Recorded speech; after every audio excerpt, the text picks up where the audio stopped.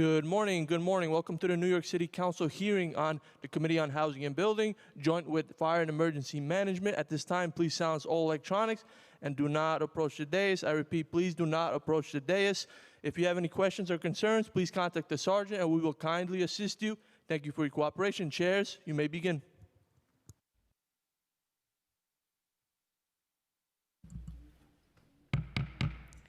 Good morning. I'm Councilmember Birina Sanchez, Chair of the Committee on Housing and Buildings. Today we're holding a hearing jointly with the Committee on Fire and Emergency Management on residential displacement after emergencies. First, we will hear from Chair Arriola. Thank you, Chair. Good afternoon. I am Minority Leader, Councilmember Joanne Arriola, and I'm Chairperson of the Committee on Fire and Emergency Management. I want to thank my co-chair, Sanchez, for holding this hearing today, and also would like to thank the representatives of the administration and members of the public who are here today to listen and discuss this topic, accompanying legislation. At today's hearing, we have one overarching goal: figure out what can be done for those who are displaced from their homes following a devastating emergency. There have been numerous instances over the past few years where our city has experienced these types of crippling events. One from the deadly Twin Parks fire in the Bronx to horrific residential flash flooding events in Queens that displaced dozens of families. Today, we are here to examine and assess the overall nature of how the city's numerous agencies communicate and coordinate with each other during emergencies that result in New Yorkers needing care and temporary shelter. Particularly, the committee would like to examine on-the-ground coordination of city agencies during and after emergencies that involve displacement of individuals, as well as how the city coordinates with nonprofits such as the American Red Cross during emergencies. In addition to the oversight portion of the hearing, my committee will be hearing Introduction 751 introduced by Councilmember Gutierrez, and of which I am a co-sponsor. Intro 751 would require the FDNY in consultation with NYSEM and other relevant agencies to develop a residential fire emergency response guide for residents affected or displaced by a fire. This guide would serve as a resource to educate fire-displaced residents of potential next steps to take following a residential fire. The guide would also provide information on city, state, and federal agencies and organizations that provide aid to individuals affected or displaced by a residential fire. I look forward to hearing the testimony from the administration as well as members of the public, and I'd like to ask Councilmember Gutierrez at this point if she'd like to speak on her bill. Thank you. Can I go? No. Go. Okay, we can just put a pin in that. I thought she needed a few more minutes. That's why I said, okay. I will now turn the mic over to Chair Sanchez. Thank you, Chair Arriola. And I will turn it over to Councilmember Gutierrez, followed by Councilmember Riley. To set the context, on January 10th, the most recent major fires of this year, a 5-alarm fire ripped through 2910 Wallace Avenue in Councilmember Riley's district, displacing 250 residents in almost 90 households. On January 15th of this year, just 5 days later, down the street from me, another major fire displaced nearly 200 residents in over 70 apartments at 3030 Heath. And of course, our term in this council, the beginning of our term in this council, was marked by the horrific fire on January 9th, 2022, on which 17 lives were tragically lost at Twin Parks Northwest. In 2024, there were 20,000 structural fires, and NYSEM reported to our committee, the Housing and Buildings Committee, that 2,000 of these fires were all hands fires. 130 of these were 2-alarm, 40 were 3-alarm, 15 were 4-alarm, and 10 were 5-alarm. But I'd like to note for the public that the number of alarms, which corresponds to the number of engines that are responding and the number of ladders that are responding to a fire, do not coincide with displacement. Displacement can occur in any kind of fire.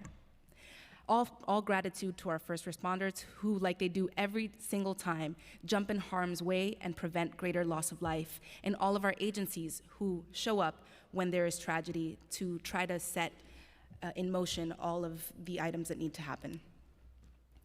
In our April 2024 hearing today, and in our work as leaders of the City of New York, we must seek solutions that also address the why. We talked about the why at last year's hearing. We know that stovetops are the #1 cause of fire, and lithium-ion batteries are an increasing contributing factor to fires in our city. But as Chair Arriola has stated, today we want to highlight our city's fire and emergency response infrastructure for displaced survivors. Our city has a robust set of policies and programs, including Red Cross coordinated services in the time period immediately preceding a displacement event, including hotel accommodations and, in some instances, financial assistance. HPD operates longer-term shelters for displaced families and individuals, and agencies including Emergency Management, DOB, DOH, MH, Department of Health, Fire, and others coordinate work on an ongoing basis to achieve tenant relocations, building and unit repairs, and tenant services. While these services are unique among major cities, there is room for improvement, from communication to displaced residents to sheltering issues, protection of personal property, building access, and overall transparency and enforcement around repairs needed and timelines. These tragedies highlight again and again the need for a more robust education and tenant rights, following the complex response that the city has to fires and displacement. Traditionally, responding to such emergencies has been a joint effort among the local, state, and federal level. But in today's climate, where nothing is guaranteed, it's incumbent upon us as a city to work toward easing the financial and emotional weight on displaced residents and ensuring such residents are afforded immediate assistance in times of crisis. To that end, we'll be considering a number of pieces of legislation. Intro 749 by Councilmember Gutierrez, as Chair Arriola has mentioned, would my notes are a little, would create an office that would function as a central support to city residents who have been displaced from their homes following a residential fire or other natural disaster. I want to take a moment to express my unhappiness, my disappointment that NYSEM is not here, the Office of Emergency Management. They declined to join us at the hearing, whereas this bill would create an office within their agency. It's disappointing that they're not here to speak on their bill today. 750, Intro 750, also by Councilmember Gutierrez, would require the respondent to a DOB notice of violation to correct major and lesser violations within 30 days from the date of the order and correct immediately hazardous violations forthwith. This bill would also remove DOB's rulemaking authority to adjust correction timelines. And I know Councilmember Gutierrez will speak on this, but the purpose of many of these bills here, and the reason why I am also supporting Councilmember Gutierrez's package of legislation, is because there are landlords in the city of New York that weaponize fires. They weaponize tragedies as opportunities for displacement, for speculative purposes, and we want to limit that and effectuate repairs where we can. Intro 751 would require FDNY in consultation with the New York City Office of Emergency Management and other relevant agencies to develop a residential fire emergency response guide for residents affected or displaced by a fire. Resolution 307 calls upon the New York State Legislature to pass, by Councilmember Riley, New York State Legislature to pass and the governor to sign legislation that limits the duration of time for which a landlord can collect payment from loss of rent insurance coverage without conducting meaningful repairs. Again, you need to show your work. You need to show that you're trying to get people back into their homes. And Resolution 802 by Councilmember Juan calls upon the New York State Legislature to pass and the governor to sign Senate Bill 3886, Assembly 5427, in relation to protecting tenants displaced due to a fire. I'd like to thank my Chief of Staff, Maria Villalobos, Director of Land Use, Policy, and Budget, Ben Ratner, Gerard Fernandez, Carla Dominguez, and the Housing and Buildings Committee staff, Austin Maloney, to my left, Jose Conde, Andrew Bourne, Dirk Spencer, Jack Story, and Reese Hirota, for all your work today, as well as my co-chair, Chair Arriola, and the team members of the Fire and Emergency Management Committee for all your work to prepare for this hearing. I am joined today by Councilmember Gutierrez, Riley, and De La Rosa, and Abreu. Thank you for joining today. Oh, and Hudson, sorry, you were hidden behind our council. And with that, I'd like to turn it to Councilmember Gutierrez, followed by Councilmember Riley, to speak on their bills. Thank you so much, Chair Sanchez and Arriola, for hearing these bills. The bills before us, known collectively as the Back Home Act, that I authored in partnership with Councilmember Krishnan and so many of my colleagues that are sponsors, represent a comprehensive and long overdue legislative response to the crisis that so many New Yorkers face after being displaced from their homes due to fires, floods, or other emergencies. This isn't hypothetical. This is a devastating reality for thousands of tenants and small property owners every year, and too often they are left completely alone to navigate it. We've heard heartbreaking stories from families forced to sleep on relatives' couches, leave the city, or find other temporary solutions, unsure of their rights, their timelines, or whether they'll ever be able to return home. We've met small landlords stuck in a web of bureaucracy, trying to do the right thing, but with no support or clarity from the city. What happens after a fire is not just an insurance issue. It's a housing matter, it's a health matter, and it's an equity matter. These challenges don't fall evenly. Race, income, immigration status, and household composition all shape how quickly or if someone gets back home.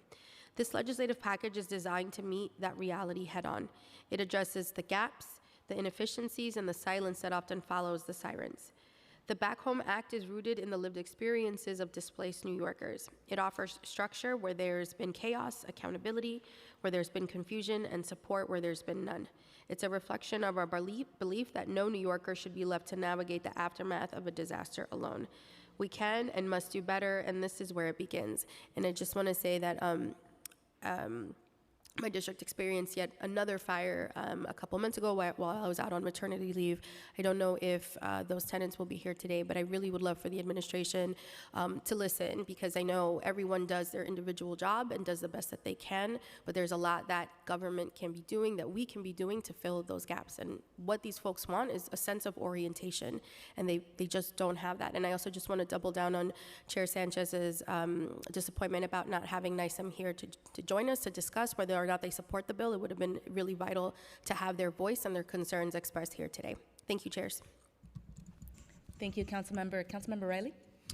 Thank you, Chair Sanchez, and thank you, Chair Ariola. Good morning to the administration.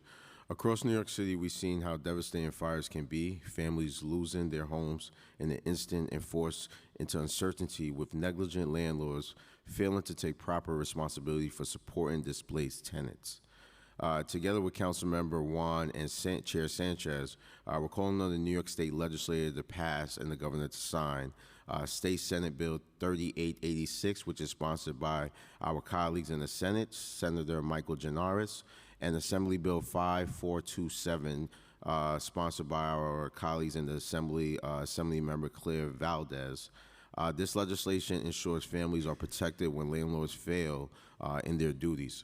When unsafe conditions cause a fire, it's the tenants who suffer while landlords evade responsibilities or neglect timely repairs. Resolution 802 ensures that when landlords are found at fault, they, not displaced tenants or the city, covers the cost of temporary housing. This is not about punishing responsible landlords. It's about ensuring accountability when negligent landlords cause harm.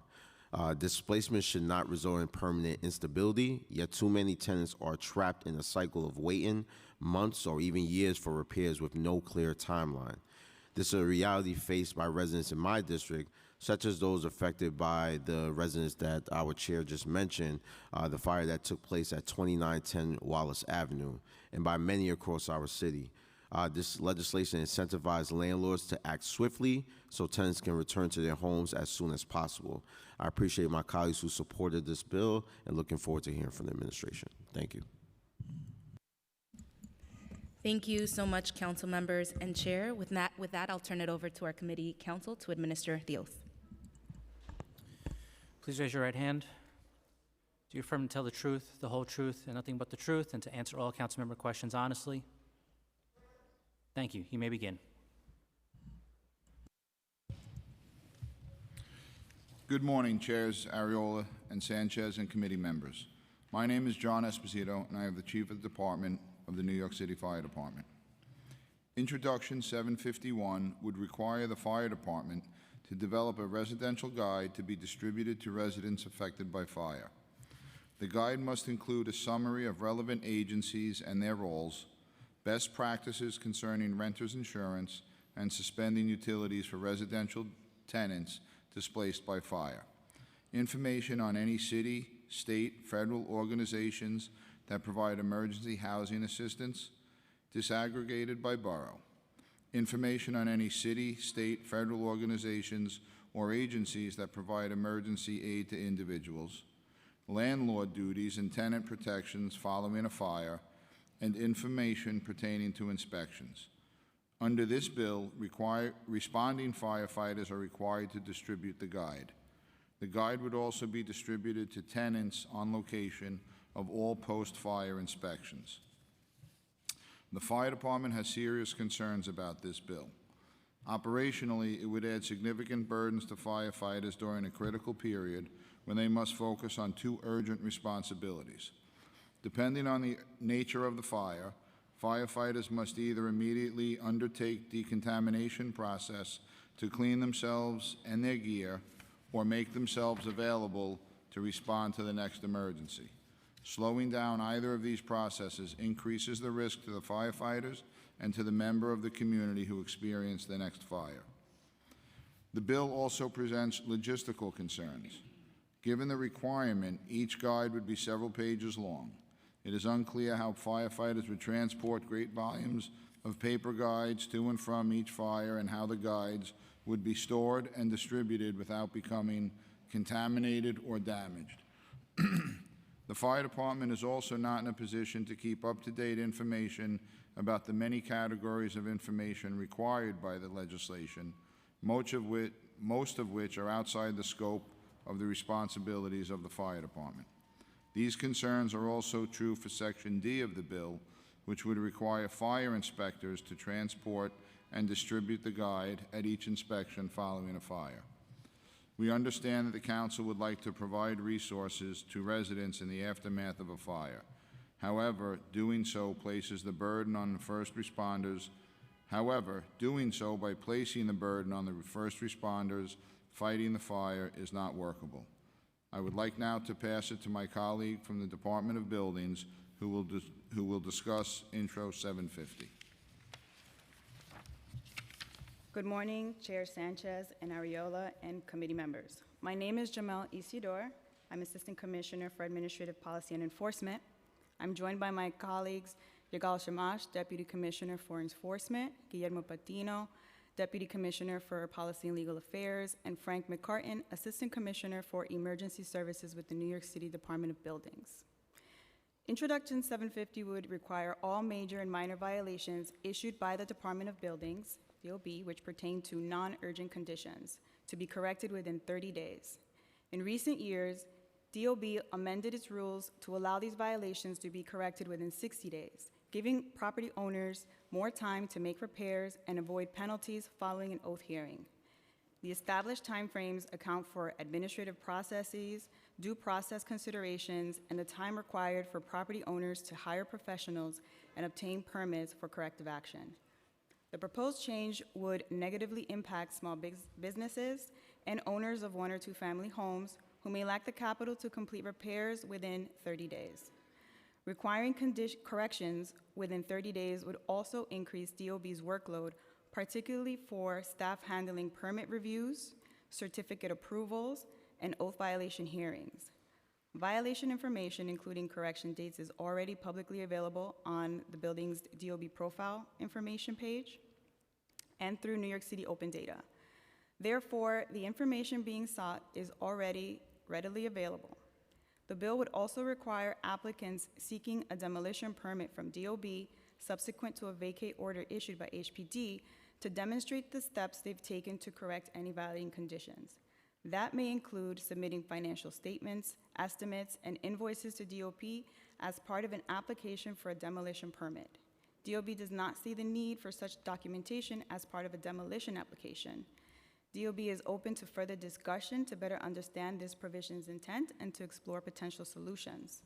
Now I'd like to pass it over to my colleagues from HPD to talk about the Certificate of No Harassment and Introduction 817. Good morning, Chair Sanchez and Ariola and committee members. My name is Anne Marie Santiago, Deputy Commissioner for Enforcement and Neighborhood Services at HPD, and I am joined by my colleague, Youngju Kim, Assistant Commissioner for Emergency Housing Services.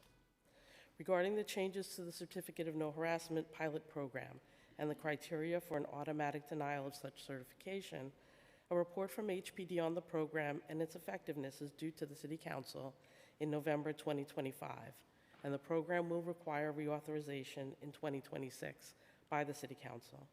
We would like to assess the impact of the change recommended by Intro 750 during this period, and if appropriate, make any changes to the program during the reauthorization. On initial assessment, we have some legal concerns that including administrative orders as a criteria upon which to deny the certificate. We have some legal concerns that including administrative orders as a criteria upon which to deny the certificate. A finding of harassment, unlawful eviction, or arson, which are the current criteria, are determined after due process is given to the owner, and so the department can use these previous findings as a basis for the denial of the certificate without additional investigation or review. The agency's administrative issuance of an order to correct does not have the same due process history, which could, excuse me, which could be problematic in terms of the owner's rights to challenging the finding. In addition, in the context of the pilot program, permitting a denial of the CONH without a hearing at oath for the issuance of an AEP administrative order to correct specifically is contradictory to the intent of the program. Existing criteria involving the addition of buildings in AEP to the pilot list is fashioned to qualify the building for the pilot after the building has been discharged to avoid any added delays or administrative hurdles to the owner completing the work required under the program, under the order. Regarding Intro 817, we will not be able to take a stance on that piece of legislation today. The administration is still reviewing and will work with council on clear follow-ups after the hearing. Thank you for the opportunity to testify today. I, along with my colleagues from FDNY and DOB, look forward to answering your questions.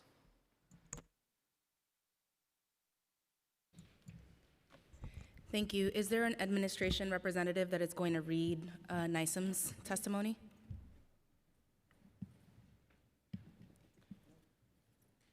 Matt?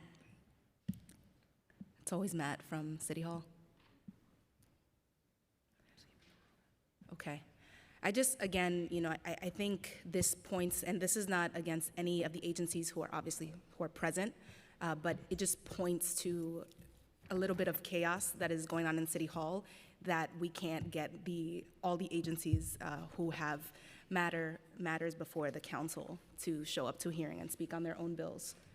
That is disappointing and just really not a good look for our city.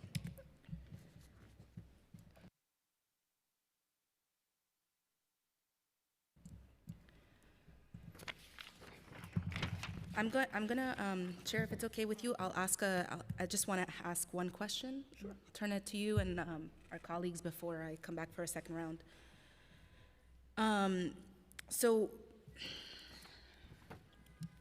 Well, two questions. On Intro 751, good to see you, Chief Esposito. Understanding, of course, the concerns around fire personnel themselves, fighters themselves, issuing this information and carrying this information.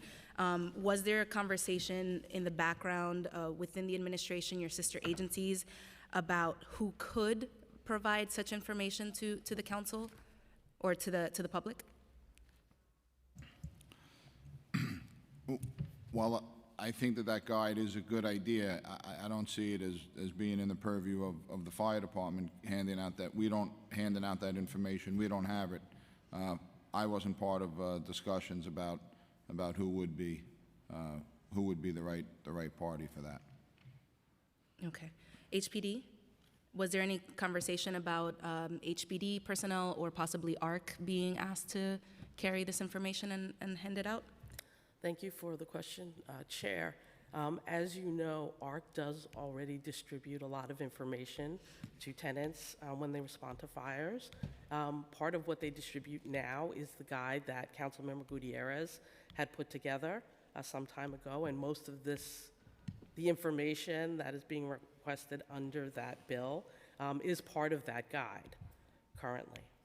So that is being handed out. And as you also know, but for the other members of the committee who may not, we worked with Councilmember Viles last year as per her bill to also work on a separate guide specifically for folks who are being displaced, which also was enhanced in conversation with the council member to include some of the information that is required under this new bill as well.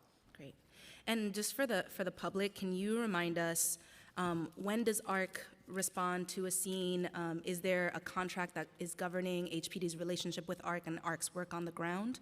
And is the practice of distributing Councilmember Gutierrez's guide, is that a matter of policy that just changed internally, or is that in relation to something else? Certainly. So the Department of Housing Preservation has a contract with the American Red Cross to respond to fires. It is also part of their mission to do so, and they do so across the country. But in coordination under this contract, they provide additional services. So they respond, they are on the listen for fires through the fire department, and they respond whenever there's believed to be a displacement. I don't believe they respond to like commercial fires and brush fires, but they respond to residential fires with offering services, including immediate emergency housing, as we've discussed.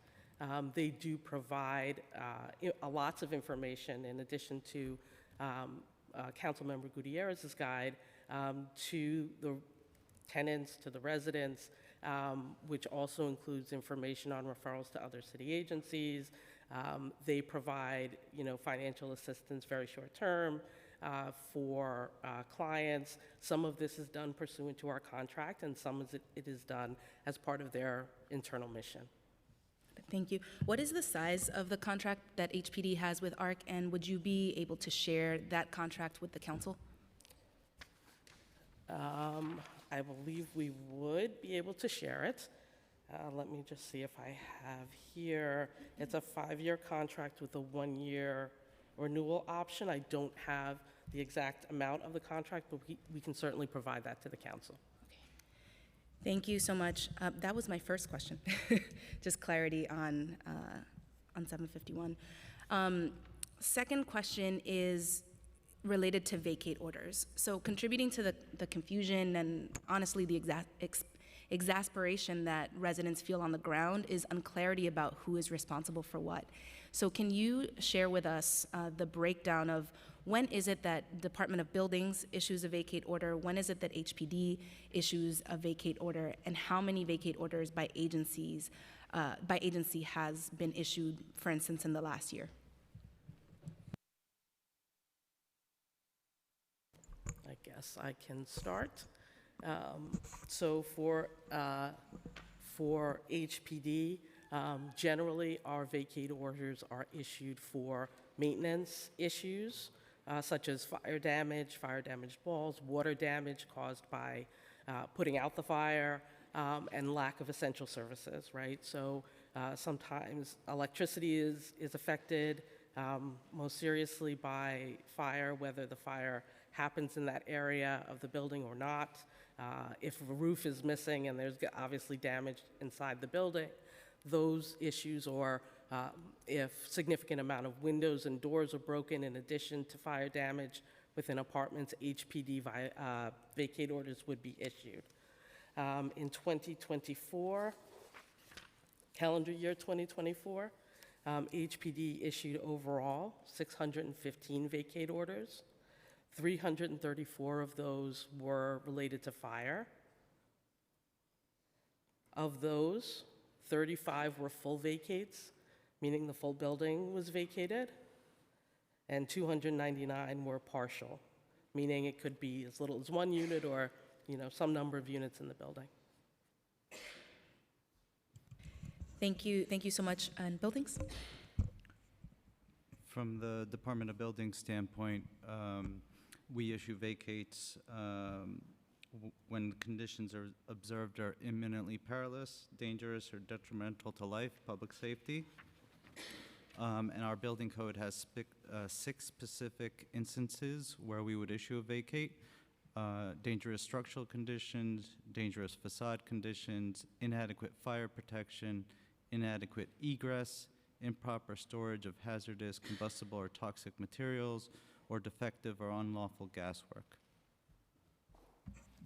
In terms of number of vacates, in calendar year 2024, we issued 1,856 vacates. Of those, we have partially lifted 39, completely lifted 289. The breakdown for partial versus full, right now we currently have 485 full vacates in place and 1,030 partial vacates in place, again, for calendar year 2024. And council member, I'm sorry, if I can add one additional thing. When we respond to a fire, our first option is to not vacate, right? The agency tries to do everything it can to ensure that conditions are restored as quickly as possible in order to avoid a vacate. So if the only issue, for example, is no electric to the building, working in coordination with NYSEM and other agencies on the ground, DOB, Con Edison, or National Grid, the goal is to enable people to stay if the rest of the conditions are such that they don't pose an immediate threat. Thank you, Deputy Commissioner. In DOB, how many of these open vacates, partial or full, how many of these are related to a fire?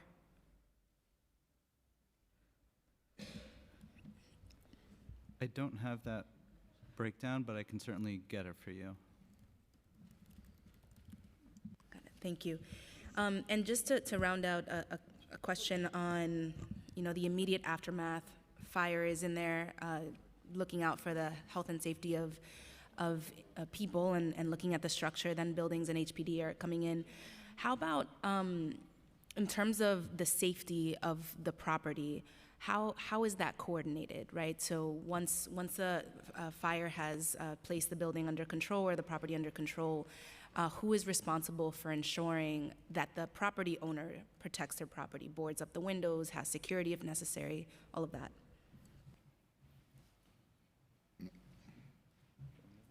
Sure. In terms of securing the property, until the owner can hire a contractor to seal the property, typically NYPD will remain on site in terms of a presence. If the owner is not available for implementing the seal of the property, the Department of Buildings will issue an immediate emergency declaration to have the property sealed. And then HPD does the emergency work to seal the property? Correct. Thank you. Okay, thank you for those responses. I'll turn it over to Chair Ariola. Thank you, Chair. So I would like to just note that NYSEM did send in testimony, agency testimony, but the agency does not fully address the oversight topic, which is part of the main topic here today. So I'm also disappointed because this is the Committee on Fire and Emergency Management, and I hope the administration is here listening. And when this committee meets, the agencies that answer to this committee should come, whether or not they believe they have the proper answers or it is pertaining to them. Because when we want to see who's going to be on the ground putting out, especially with Councilmember Gutierrez's bill, 751, it's like, who's going to be giving out the outreach? It would be NYSEM. And that's something that we need to know, because if I ask each and every one of you, how are you going to deal with outreach for displaced families? You're going to say, well, we'll work in conjunction with NYSEM and the Red Cross. And so I will certainly be in touch with Commissioner Zach Iscol on the fact that he ignored this invitation and didn't even send one person who would answer a question for us. That being said, Fire Department. FDNY procedures, what are your procedures for evacuating the scene of a structural fire? So depending on the size and type of the building and the building construction and the severity of the fire, we may evacuate part of the building or the entire building. But during firefighting operations, the fire department would have control of that building for the safety of all the residents and the public, keep them out, keep them away. Once the fire is out and under control, we would slowly turn that building back to the owner, the representative, again, depending on the size and type of the building. If we have structural issues with structural stability that were fire damage, we would notify DOB and eventually hand the building over either back to the owner or the NYPD. Okay, and in what circumstances is an entire building evacuated? What would be a circumstance? So it's highly dependent on the construction of the building. So a smaller private dwelling, clearly we would evacuate. If we had a fire in there, evacuate the entire building.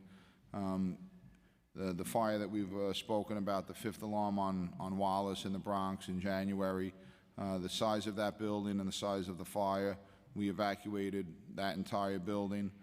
But it's also possible that we could have a fire on the 6th floor of a 6-story building and only evacuate that 6th floor and leave the other residents in. It depends on the severity of the fire, the amount of damage, the amount of water that's used, and in high-rise buildings that are fireproof or fire-protected construction, we may only evacuate individual apartments or a floor or two where the fire is and the fire above. All right, and when a building is evacuated due to structural fire, who monitors the access to the scene and prevents unauthorized access to the building? Does the fire department have designated personnel at the scene of the fires to engage with the crowd for control efforts, or does that then go to another agency? So during a fire, depending on the number of people, we set up, set up the tape, a restricted area, and if it's a large number or there are issues, we would notify the police department to come and enforce the restricted area. And is that the same for DOB? Is that your process? Typically, the Department of Buildings doesn't get involved when the building is being actively fought by FDNY. Once the fire is extinguished, then we will take over if there are structural issues with the building or egress issues with the building. If the owner is there. I was talking about after evacuation. When it's, I know you're certainly not going to put the fire out, but certainly after evacuation, how does it work from there? Is there someone on site? Is there someone Yes. that you leave behind so that there isn't illegal access to the building where the people would be unsafe? So once we're called to the fire, we have an emergency response team that operates 24/7, and will respond to FDNY or NISM's referral. We will, if the building is accessible, again, depending on the amount of damage, most buildings we can access. Sometimes we can't, though. If we can access, we will do an inspection. We will determine if any of those 6 conditions that I mentioned with regards to a vacate is present. We will implement the vacate order as necessary. In terms of security for the building, if the owner is present, we will ask them to secure the building. If necessary, hire their own private security in order to secure the building. Okay, great. And HPD buildings, what is your process? Thank you, Councilmember. Generally, we're at the tail end of this, so we're really just following through with whatever the other departments have already done in terms of that security issue. And if you could just walk me through the coordination, among all of your agencies, from fire department, then kick it to the buildings department, and then at the tail end we get HPD. So how does that work? And again, depending on the size of the building and the significance of the fire, but I'll use the Wallace Avenue fire as an example again. So we were on scene for hours, with that fire, and as the fire starts to becomes under control, we will have an interagency meeting at the scene in the street. All the partner agencies will be represented. and we'll come up with the game plan of how we're going to, how the fire department is then going to turn the scene over to whether it's DOB or if our fire marshals need to investigate. And then for the next several days, we'll have meetings right there in the street a couple of times a day with HPD, with DOB, with NISM, and come up with our plan. On a smaller fire, again taking a private dwelling, that just may be something right there with the owner of the building, where we give control back over to the owner, and generally there's less of a need to, you know, to have buildings or DOB, buildings or HPD there to control the scene, or even the police department. Yes, I've seen the coordination on the ground, and it really is a great coordination. And it really does then bring me back to my disappointment that NISM isn't here, because they were not just supposed to be here as part of the administration to like or not like the bills. This is an oversight hearing, and it's extremely disrespectful that they're not here, because they are part of the on-the-ground team. To what extent is access to apartments limited once the fire happens? We had a fire in my own district recently, high-rise co-op, 2 sister buildings, one went on fire, it was a complete vacate, and then, so how long after the complete vacate are people permitted to go back in and salvage whatever they can from the apartments? BDOB.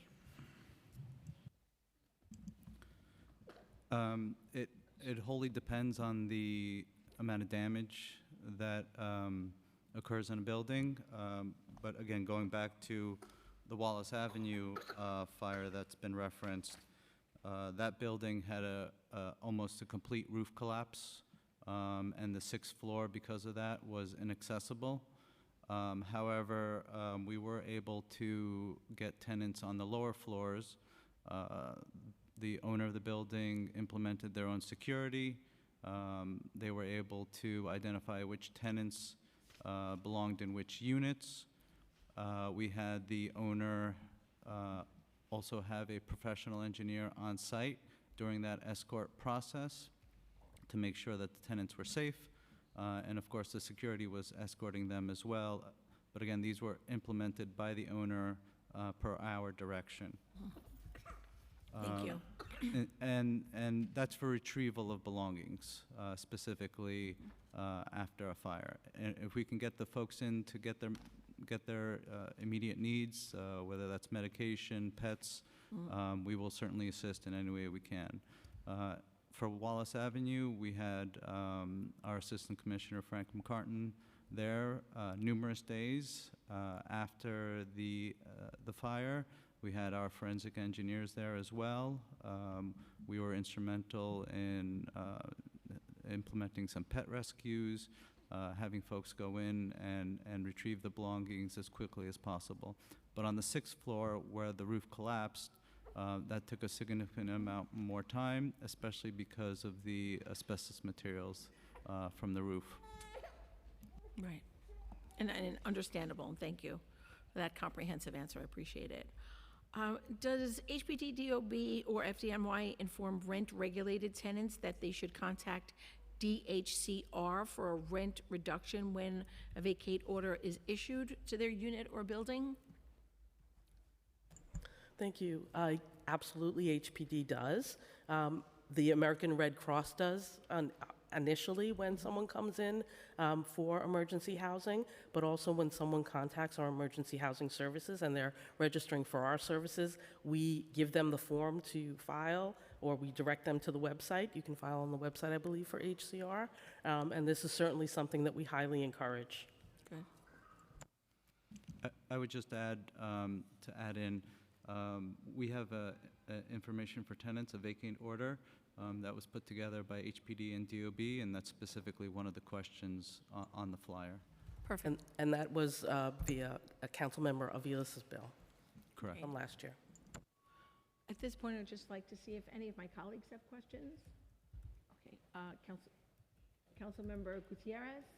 Riley, and then Aviles. And we have been joined by Councilmember Schwan. Thank you. Thank you so much, Chair Ariola, and thank you so much for your emphasis on the importance of having NYSEM here. Emergency is literally in the title of their agency, and so it's crucial that we have everybody here. So I just want to also thank you all for being here and engaging. I know from your testimony there are a ton of reservations, but thank you for being here and being a part of the conversation. Chief, can I ask, and I understood your sentiment in the testimony. I would love to get to a place where together we can collaborate and figure out what is the best way to distribute information. The guide for me is something that worked in District 34, right? We had a number of back-to-back fires. We see spikes every fall into winter, and it's very hard as a council member to get in communication with tenants, with victims, unless we show up to the scene of the fire, which is not necessarily safe all the time. And so the guide really came from a former staff member of mine who experienced a traumatic fire, and she was kind of picking up the pieces by herself and said, like, we should do something here. And it's been very useful. We distributed to all council offices. Every time there is a fire in my district, we're able to post it. If people reach out to us, we can distribute it. We had multiple conversations with Red Cross. They've also made a commitment to distribute it in the district. We want to see something more citywide because we do feel it's vital. We've heard from tenants who said, thank you, I didn't know where to go. So I guess my question to you is, in being mindful of everything you laid out in your testimony about what it takes, the cleaning up after, what is the best way to get information, maybe not a physical piece of paper, to whatever tenants are still around? A lot of them obviously are not able to stick around, but what is, in your opinion, the best way to give even something as small as a business card? When does that happen? It doesn't need to be FDNY, but when could that happen? The idea of the guide, I think, is a very good idea. As we were preparing for this, I was thinking of, if I had a fire in my house, all of those questions you raised, I don't know the answer to. You know, what's available to you and the insurance and what government agencies. My hesitation is requiring that the fire department distribute it with all the equipment and everything we have on our rig. So a suggestion is, and you know, more and more we're getting away from paper and everything being digital.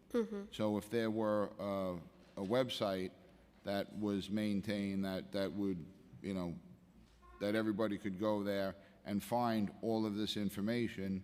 You know, most of the time we're seeing people with their phones and everything's you know, a QR code or a website or some sort of application, or even, you know, an app, you know, an app for a phone that would give us all of this information. You know. Yeah. Is in my mind a suggestion. So it's just the matter of, I guess, the time that FDNY is there and kind of the steps afterwards. We do, I mean, there is an online component of this, obviously. As the tech chair, it'd be silly for me to say, let's just all do physical paper. But I think there are instances where maybe people do not have access, don't have a smartphone, don't have access to anything afterwards, and prefer having a physical piece of paper to be able to point to. And so I would love to just think a little bit more about kind of how we can produce that. And I appreciate the remark on the fire guide. It really was a labor of love, and you know, will continue to evolve, but it really came from victims in my own neighborhood. Average New Yorkers do not know who DOB is, who HPD is. I've heard from victims that oftentimes the most information they were able to get at the scene was from FDNY alone. They don't know who DOB is. Maybe they left by the time HPD came. Maybe they weren't there when Red Cross was there. They ran out. And so FDNY is kind of that agency that in a fire, I think for victims and tenants, that's who they know was there. And so that's kind of where that connection was made. So I just appreciate you being open to the conversation, and we'll keep talking. Yeah. I think we can discuss further and come up with some ideas. Thank you. Chair, can I just ask one more question? I know I'm like 30 seconds out. I wanted to ask a question to DOB regarding demolition applications. Can you just share with me what you said the financial documents weren't necessary for an approval, correct, of a demolition permit? Yeah. Correct. Can you share with me what you do need to approve a demolition permit? In a normal demolition application, so not an emergency situation, the first step is to submit an application to the department, which includes the specific plans on how the demo is executed, the demolition is executed, floor by floor, area by area, very specific plans with very specific sequences. We have a team of plan examiners that reviews that application and those plans. Once those plans are approved, then the contractor for the owner needs to pull the permit. Included in there is specific items required that are necessary for pulling that permit, from road and abatement to utility cutoffs to ACP5s and making sure that asbestos abatement has been completed. There's a long list of items required depending on the situation. Sure, thank you, and I'm sorry to interrupt. Is there a flag or something when an applicant is seeking a demolition permit while there already being a vacate order in place? We have a flag on our property profile, our building information system, anytime we have a vacate order, whether that's partial or full. So that's publicly available right on the building information page that we have. Okay, so part of the intention of this bill, and Chair Sanchez mentioned it, was it's not every landlord is bad landlord. I've worked with landlords in my district that do want to bring tenants back and are also frustrated by the bureaucracy. But there are some landlords whose intention is not to bring tenants back. And so we've seen a high percentage of these instances where landlords are sitting on these vacate orders, making no attempt to remediate, and then ultimately asking for demolitions. And once that's in place, there's no pathway for these tenants. So what we're asking for is for greater barriers in these instances where they have to demonstrate that the demolition is absolutely necessary, and that they're demonstrating that they've tried, that they've been trying to make arrears. And I know, and again, I've spoken to landlords, I know that is a small percentage that does happen, but our concern is it often makes it so that some of these landlords are sitting on their hands waiting, making very little effort, and don't have to demonstrate that, and can just ask for a demolition because their building experienced a fire and there's a vacate order. Understood, and be happy to work with you on that. Thank you. I have another question, but I'll wait for round two. Thank you so much, Chairs.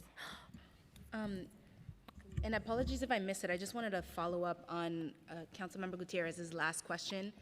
Are there special protocols or considerations that DOB takes into account when the building has rent-regulated units in it, in terms of a demolition request? I'd like to welcome back my co-pilot to the hearing. She's with us at the budget hearing. Yeah. We'll just need to swear you in, Deputy Commissioner. Please raise your right hand. Do you affirm to tell the truth, the whole truth, and nothing but the truth, and to answer all councilmember questions honestly? I do. Thank you. Just wanted to speak a little bit to what Councilmember Gutierrez was raising. So one of the concerns with the legislation is that our permits are as of right, so we don't have discretion whether to issue them or not. So just because there was a fire, that wouldn't be a reason for us to withhold a permit.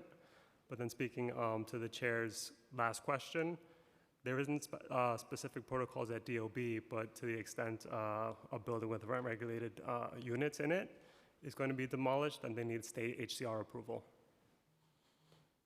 Got it. And does Department of Buildings ensure that DHCR approval has been secured before? That we do check for, yeah. Okay. And do you have an understanding of what DHCR considers in their approval? I can get back to you with that, yeah. Okay, thank you. I'd now like to call Councilmember Riley. Thank you, Chair Sanchez. First, I want to start with HPD. HPD, could you tell us how many violations did 2910 Wallace Avenue have prior to that fire? Thank you for the question, council member. We didn't come with any specific building information today, but certainly we can provide that. Give an estimate. Was it a lot? I don't believe it was a high number of violations. Okay. My recollection. Okay. It was fairly a good amount of violations that residents have been complaining about for years. I fortunately got this part in my district last year, and residents said that they were complaining for over a decade regarding this building. So it was a lot of violations, which led to the displacement of some tenants who are here joining us today that took their time out to join us to make sure that they testify. So how would HPD's operation change if Reso 802 and the underlying state legislations were enacted? I don't believe that we're prepared to comment on resolutions at hearings, council member, but certainly the administration can circle back with you. So you don't have no feelings? You I do don't not. think landlords should be responsible if they are responsible for negligence, that they should take care of displaced tenants? HPD doesn't determine negligence, and I'm not sure if that is a... Does anybody on this panel determine negligence? No? Not in relation to fires. All right. We don't make a determination about, we don't do the investigation on fires. It's not good, yeah. Okay. DOB, does DOB currently require landlords to notify displaced tenants once repairs are completed?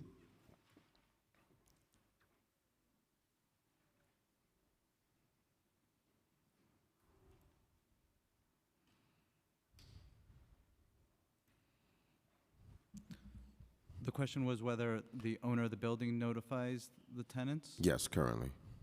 We don't have any requirements to that effect. So would you support provisions of Reso 802?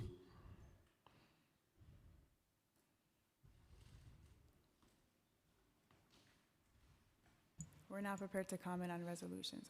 Okay. Okay. It's really disheartening. I've been dealing with this fire, for those who don't know. Wallace Avenue fire has took place in January. We have tenants who are still displaced now. We had a meeting with the developer, who was Park Cash, and they haven't been doing a good job with notifying the tenants of any repairs, and tenants are currently right now disabled, not able to go inside the building, according to them. They're misplaced certain of the tenants' properties.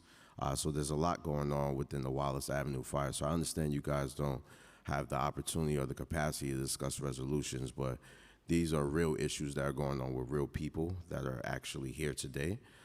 So I think it's very important for us to continue this conversation and see how we can actually help them, because currently, as of today, we haven't been helping them to the magnitude that we should be. So, Chair, thank you so much for the opportunity for questions, but it doesn't look like anyone has any answers. Thank you, Thank thank you, Councilmember Riley. I just want to follow up on Councilmember Riley's question. So yes, you know, state laws, and you don't want to comment on the resolution, but you can comment on your existing practices, right? We have here from HPD's own website, HPD is authorized to seek reimbursement for relocation services provided to displaced tenants when the underlying conditions necessitating the relocation were caused by negligent or intentional acts of the building owners. So who determines those negligent or intentional acts, if they were negligent or intentional? And again, you know, it would have to be a determination. I'm not sure if it's a fire department investigation, if it's a police department investigation. HPD is not, you know, we don't make a determination on the cause of fire.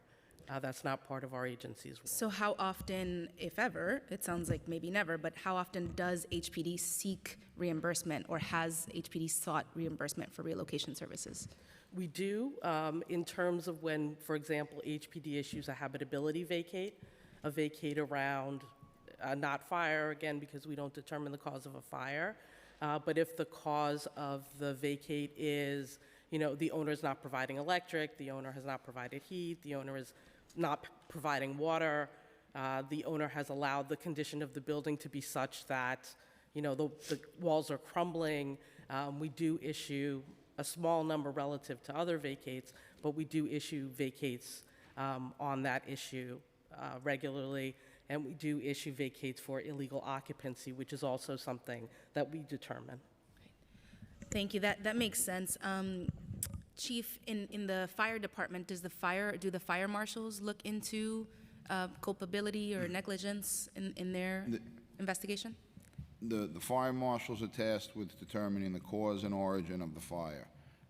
I don't believe that they then go the next step and determine whether that's negligent or intentional or make some sort of, notification. But they are able to start that step, find the cause of it, and I would imagine that then that puts something else in motion. Thank you, Chief. And back to HPD. Do you have numbers for how many, how often HPD has gone to seek to recoup expenses that HPD incurred because of an owner who was found to be at cause? We can certainly provide that information to you. I don't have that today, Council Member. Excuse me, just also in reference to 2910, I know that our intergovernmental office continues to be in touch with elected officials who has been working with the tenants. We continue to try and be in touch with the tenants. A lot of tenants continue to call our emergency housing services. The owner is continuing to work on asbestos and the roof issues at the building, and we will continue that dialogue with those parties.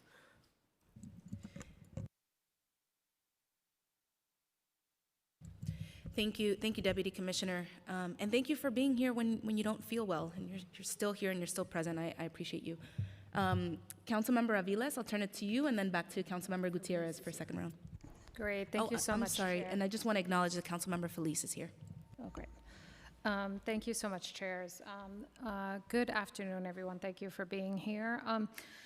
In terms of, I guess along the lines of the questioning that you've just engaged in, obviously this issue of prolonging repairs or not doing any repairs at all on a building that has been vacated, what we're seeing is pretty long periods of time where the city is paying for people to be in emergency shelter. It seems to be that number continues to increase. So what kind of guardrails, and forgive me if you had this in your testimony because I was not here for the earlier portion, but what kind of guardrails are being put into place to ensure that landlords are engaging in like reasonable good faith repair efforts on their buildings to get tenants back? Because the city is paying an exorbitant amount, and unfortunately I have a good deal of landlords who in my first year, I'm in year 4, I don't think any of those tenants have been able to return. Thank you, Councilmember. I will speak for HPD and related, specifically to HPD vacates. With relation to fire, after HPD issues a vacate, in most buildings where 6 units or more have been vacated, HPD does follow up with inspections. Follows up with the owner to ensure that things are moving forward. In some cases, we do initiate litigation on properties. That litigation does take time, unfortunately. For example, we do have litigation against 1420 Noble Avenue, which is a previous large fire in the Bronx, also where the entire building is still vacated. We have received 1 round of civil penalties, but that case continues against that property owner. We have had cases where we've brought litigation and tenants have returned. There was one down in Lower Manhattan, and we can certainly provide you with some examples. We work as hard as we can to return tenants to their previous housing. We can't do that in all cases. There are a lot of vacates where there's just 1 unit or 2 units, and it's impossible for HPD to follow up on all of them. But certainly if you have examples of buildings where you have a number of tenants who were vacated, especially if those tenants are receiving emergency housing services, so they're housed through our agency's housing, we do follow up with those for that very reason. right? Our goal is to get households, families back into their homes. And what is the threshold that's being used to decide whether or not you're going to litigate an issue? Generally, it's the responsiveness of the owner and the numbers of households that we're serving. How do you determine responsiveness? Like, it feels like that could be all over the place. Yeah, well, we have community coordinators who reach out to owners. We do inspections at buildings to see if work is moving forward or not. And again, if there are specific examples, we can see if that is a building that we are monitoring. And how long, as you said, it takes time? Obviously, everything with courts take time. What are we talking about in terms of how long before HPD would start a litigation process? It depends on, again, how quickly the owner is moving, how much damage there is to the building, whether the owner is claiming complicating factors, insurance issues, whether they filed with the Department of Buildings to show that they're moving forward. Okay. It really depends on the extent of the damage and what was necessary. Great. I'll follow up with you. Thank you. In terms of DOB, what kind of guardrails are, I'm sorry, I'm looking at you, but I meant you, both of y'all. What kind of guardrails are you putting in place to ensure landlords are actually responding and making good faith efforts? And this notion of notification is a serious one. People get dispersed, they move out of emergency housing, they're couch surfing, and never get notified that they can return to their places. So if you could talk to me about notification and also what guardrails DOB is putting into place. In terms of follow-up after a fire, we will issue commissioner's orders or DOB violations with specific timeframes on when those repairs need to be implemented, when they need to hire a registered design professional or RDP, when they need to submit the applications to us for the repairs, timeframes on the permits, and then timeframe for the repairs. Specifically, I know we're referencing 2910 Wallace. We implemented those DOB orders. The owner hired their own security, hired their own professionals. We were there for weeks at a time, making sure that the owner was in good faith, doing what they could to get the tenants back in to retrieve belongings. We continue working with the owner's professionals and making sure that the applications are meeting our requirements and having those conversations and making sure that the work is proceeding per the commissioner's orders that we issued.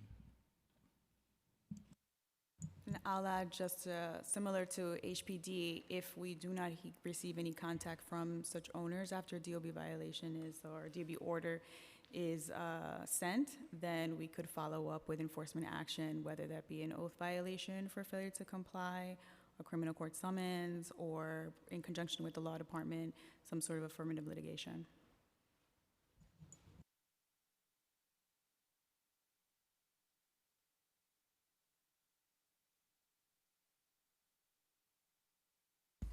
Thank you. Thank you. You know, I follow rules. Thank you so much. I just had a couple of follow-ups. Can I ask, and this is for everybody, because the intent of the portal is to not just provide orientation for tenants, but for homeowners who are also like, in many ways, falling to predatory practices to be able to get a response from like DP or DOB, for example. I had a homeowner who experienced a very traumatic fire a year and a half ago, and I've been meeting with them, and they desperately want to get their tenants back in the building, but have had to hire like legal representation that they don't love just because they can't get responses from agencies. So can I just get a sense from every agency that's here, after a fire, after let's say there's a vacate order, tenants have been removed from the dwelling, is there communication between the agencies, and is there like a central location where you all know, okay, FDNY has spoken to DOB, or is there a place for you to is there something that exists for you to know how other agencies are speaking about this particular fire? And would that be helpful? For the fire department, we have access to DOB's BIS, so we're able to see That they've been in the building? And- we're able to see the DOB actions on it. But generally, after a fire, the fire department doesn't issue the vacate. Generally, it's a structural stability issue. If there's a vacate, DOB will, will issue it. Once the fire marshal investigation, if there is one, is complete, that usually finishes the fire department's involvement. You don't with have the to come incident. back. We generally, after maybe a day, generally we would not be back once the investigation is complete. And then for DOB and HPD, for example, do you all need to keep talking? In terms of department buildings, we work with the owners, professionals, whether that's an architect or an engineer, professional engineer, at making sure the applications for the repairs are coming in and making sure that that they are proceeding with the work. If not, we could go with enhanced enforcements, like the Assistant Commissioner said. And in that exchange, at any point, are tenants trying to communicate with DOB about whether or not the timeline, the status, and can you make that information available to the tenants? We have a specific office for Office of Tenant Advocate. They have communications with tenants very specifically, and if there's any questions on the process or how to lift the vacate or how to deal with any of those situations, that office is specifically there for tenants. In that office, if a tenant is wondering if they could go back into their apartment or just curious if their landlord is, present, that information can be shared by this particular unit? Correct. Okay. And then what about HPD? I have two kind of answers to your question. One is tenants, going back to homeowners first. Information about how to have the vacate rescinded is available on our website. When we post the vacate, there is a QR code there that will take either a tenant or an owner to the same page, which is our vacate page, and it will list out who they can contact to find out more information about how to lift the vacate. Our vacates are online, so an owner can see what the reasons for the vacate were. Recently, we've made an update to our website, so for those of you who use HPD Online, right, you put in the building address and you can bring up a whole lot of HPD information about a building. One piece of information you can look at is the vacate and the vacate order itself. Recently, we modified that because there are occasions where we do partial rescinds. So we would issue a vacate for 6 units in the building, for example, out of 20. 3 of those units would be restored to habitability, and 3 are still being worked on. We now post information to say the vacate has been rescinded for these 3 units.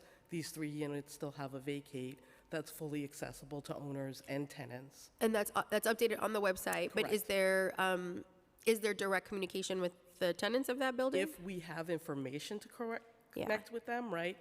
Part of what we try to do is encourage, at the very start, encourage tenants to register with emergency housing services, whether they need housing or not. Because if we have contact information for them, we will attempt to reach out to them. A lot of times they don't register with us, and there's no way for us to communicate with those tenants. My final question. Do you all think having one central location, and there's other agencies that I think can also be involved in a fire that are not here. DP, I know, is one of them. I get calls oftentimes from homeowners that need assistance to get the water turned off,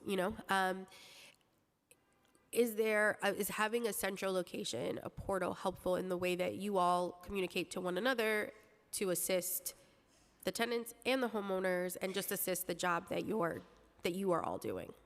Is something like a portal helpful to that in an instance of an emergency and a fire? Obviously, every situation is different. There could be other agencies that are not here today, but is that something that you all would support?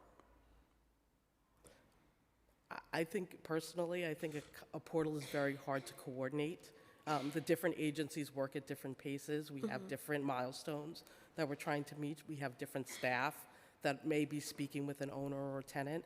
I think in terms of HPD and DOB, who's our most common, there are most commonly cases where both an HPD and a DOB vacate are issued, is that our HPD staff know to check Department of Buildings to see if there's an open vacate and advise an owner or a tenant that they also need to be aware of that vacate, and to tell them you need to file your plans and permits with DOB based on whatever's on that vacate. So I think our communication with owners and tenants is fairly straightforward and easiest if it's directly with the party. Again, we would reach out to tenants if we had contact information. But tenants and homeowners alike have to know to seek Yes. that information as opposed to having it all live in one Understood. location. Okay. Thank you so much. Thank you, chairs. I appreciate it. Sure. Just a quick follow-up to that. That moment where you lose people, where they're in trauma and they don't wait around for something. Is there a way that you could compel the landlord? Landlords are collecting rent from somebody. They have the contact information. Is there a way to compel that we make sure we get who's living in those buildings to make sure we don't lose them in this kind of moment of trauma? Or that they're not at home and they come back later, nobody's there, right? Like, has the agencies considered that as another way to make sure that we get access to the tenants who are in those buildings? I think one of the things that we've done, and I believe buildings has as well, is the vacate order itself now does have a QR code that takes them to that pamphlet that we worked with your office on, and that does provide them, hopefully, all of the contact information they need in order to, even if in that moment of trauma they didn't register with the HS, they didn't take ARC information, brings them back to that place where they can start that process.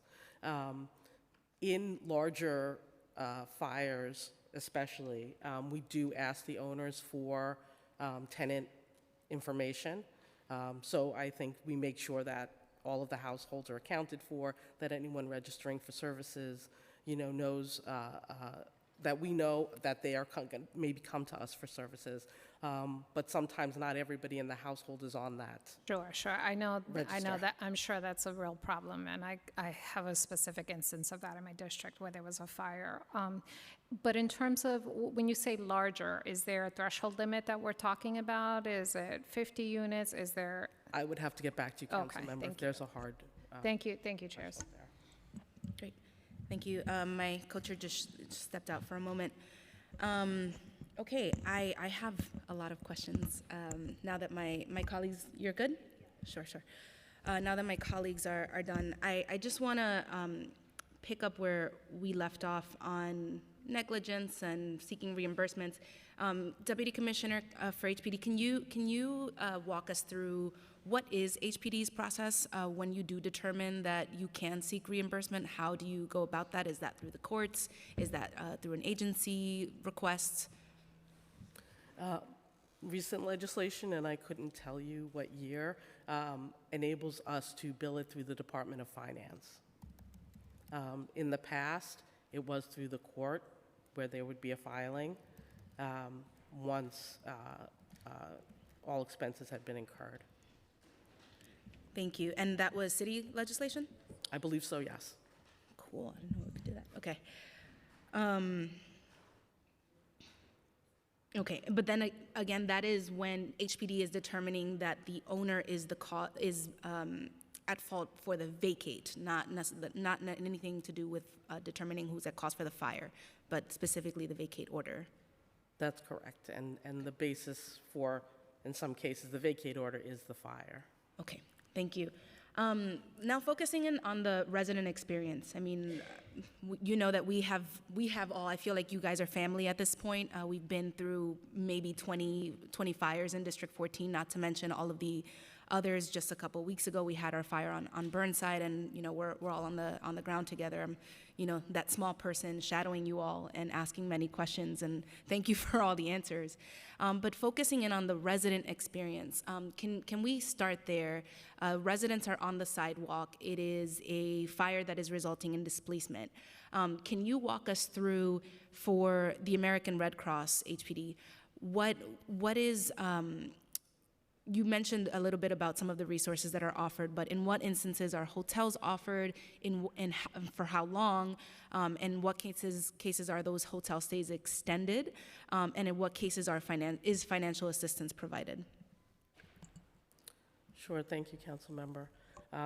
Often on the ground of a large event, emergency management is also present and helps coordinate ARC and their response, determining whether or not we can service everyone at the site of the event or whether other locations might be needed to handle that.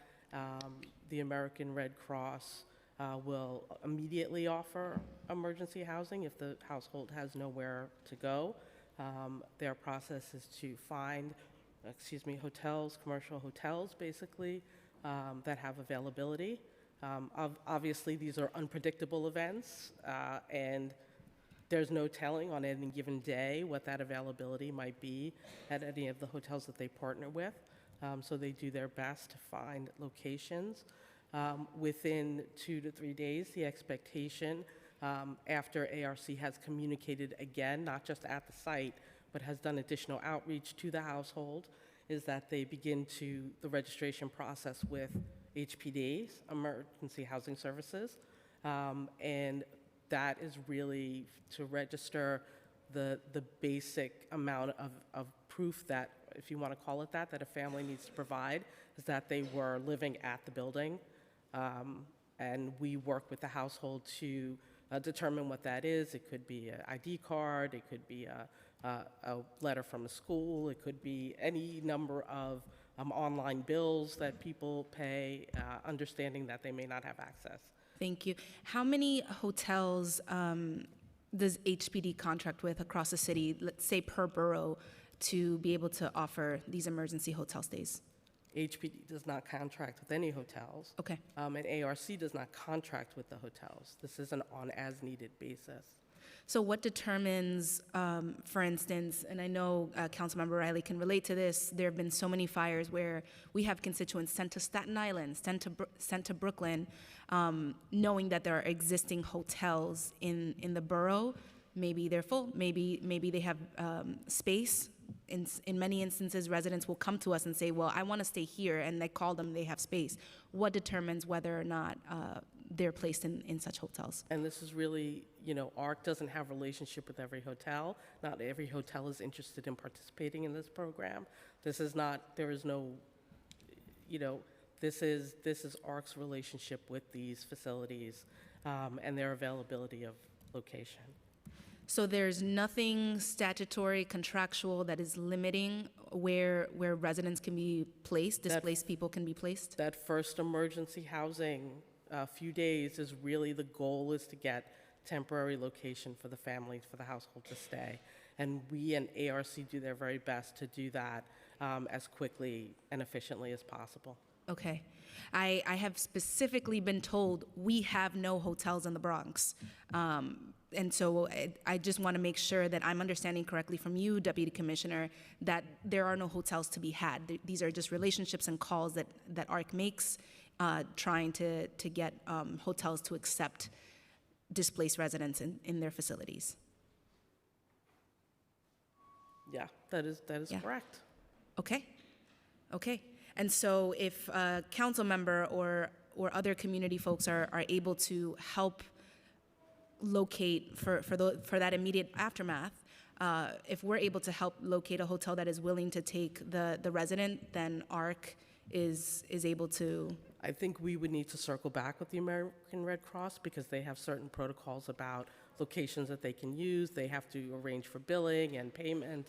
So I'm not sure that it's as simple as what you are suggesting. But we can certainly circle back with the American Red Cross about that. Thank you. And how does billing and payment work for those hotels? That, again, that's a matter between the ARC and the hotel. I don't believe, right? We'll just have to swear you in. Sure. Assistant Commissioner Kim to join me for this. Hello, level of Assistant detail. Commissioner Kim. Please raise your right hand. Do you affirm to tell the truth, the whole truth, and nothing but the truth, and to answer all councilmember questions honestly? Yes, I do. Thank you. Could you repeat the question again? how does billing and payment work for the hotels that are providing residents with a place to stay? So ARC, they will send us a bill. So the contract works as a reimbursement. So they'll send us a bill for the hoteling that was used to provide sheltering for the households. And then HPD pays ARC, ARC pays the hotel? Correct. How timely are these payments from HPD to ARC? We do use like the passport system for all billing and payments. So we follow the regular contracting and procurement rules. Are there any current delays in payments owed to ARC? I would have to look into that, but I'm not aware of any. Okay, thank you. Okay, so continuing the resident experience, they have now they've registered with ARC, they have been placed in a hotel. Day 2 is here, and they're being told they have to leave. What is their experience? Who are they speaking to at Emergency Housing Services? What are the roles of the staff at EHS? Thank Titles, you. roles. So they shouldn't be being told that they have to leave. They should be being advised by the American Red Cross to contact the Emergency Housing Services to register for additional services, right, beyond that initial period. Again, once the household contacts us, our goal is to work with them to get the documentation we need to show that they're eligible for services. And our team works very extensively with households to try and obtain that documentation. And I went through some of the examples of the type of documentation we can accept. What are the titles and roles of the emergency housing staff? Are these social workers? Are these case managers? What are their titles? At this point, they're intake specialists, right? They're really just trying to qualify the family. They're not doing case management at that moment. And can you give us a rundown of what they are trying to qualify the families for? Again, just to confirm that they are a household from that location, that was residing at that location. Sure, thank you. So what happens? What services or connections does EHS provide, EHS staff provide for these families? So they can provide various, once the intake is complete, and the family is then going to be assigned to either a family living center, or if they're an adult household, to one of our single room occupancy locations. Once the family moves to that setting, whichever it is, then they receive a different suite of services, right? So the family living centers include more family-oriented services, includes Department of Education. There are caseworkers at those locations to assist the families. The adult households obviously don't need that Department of Education component. They are assigned a caseworker that works for HPD. At the family living centers, the caseworkers work for the family living center.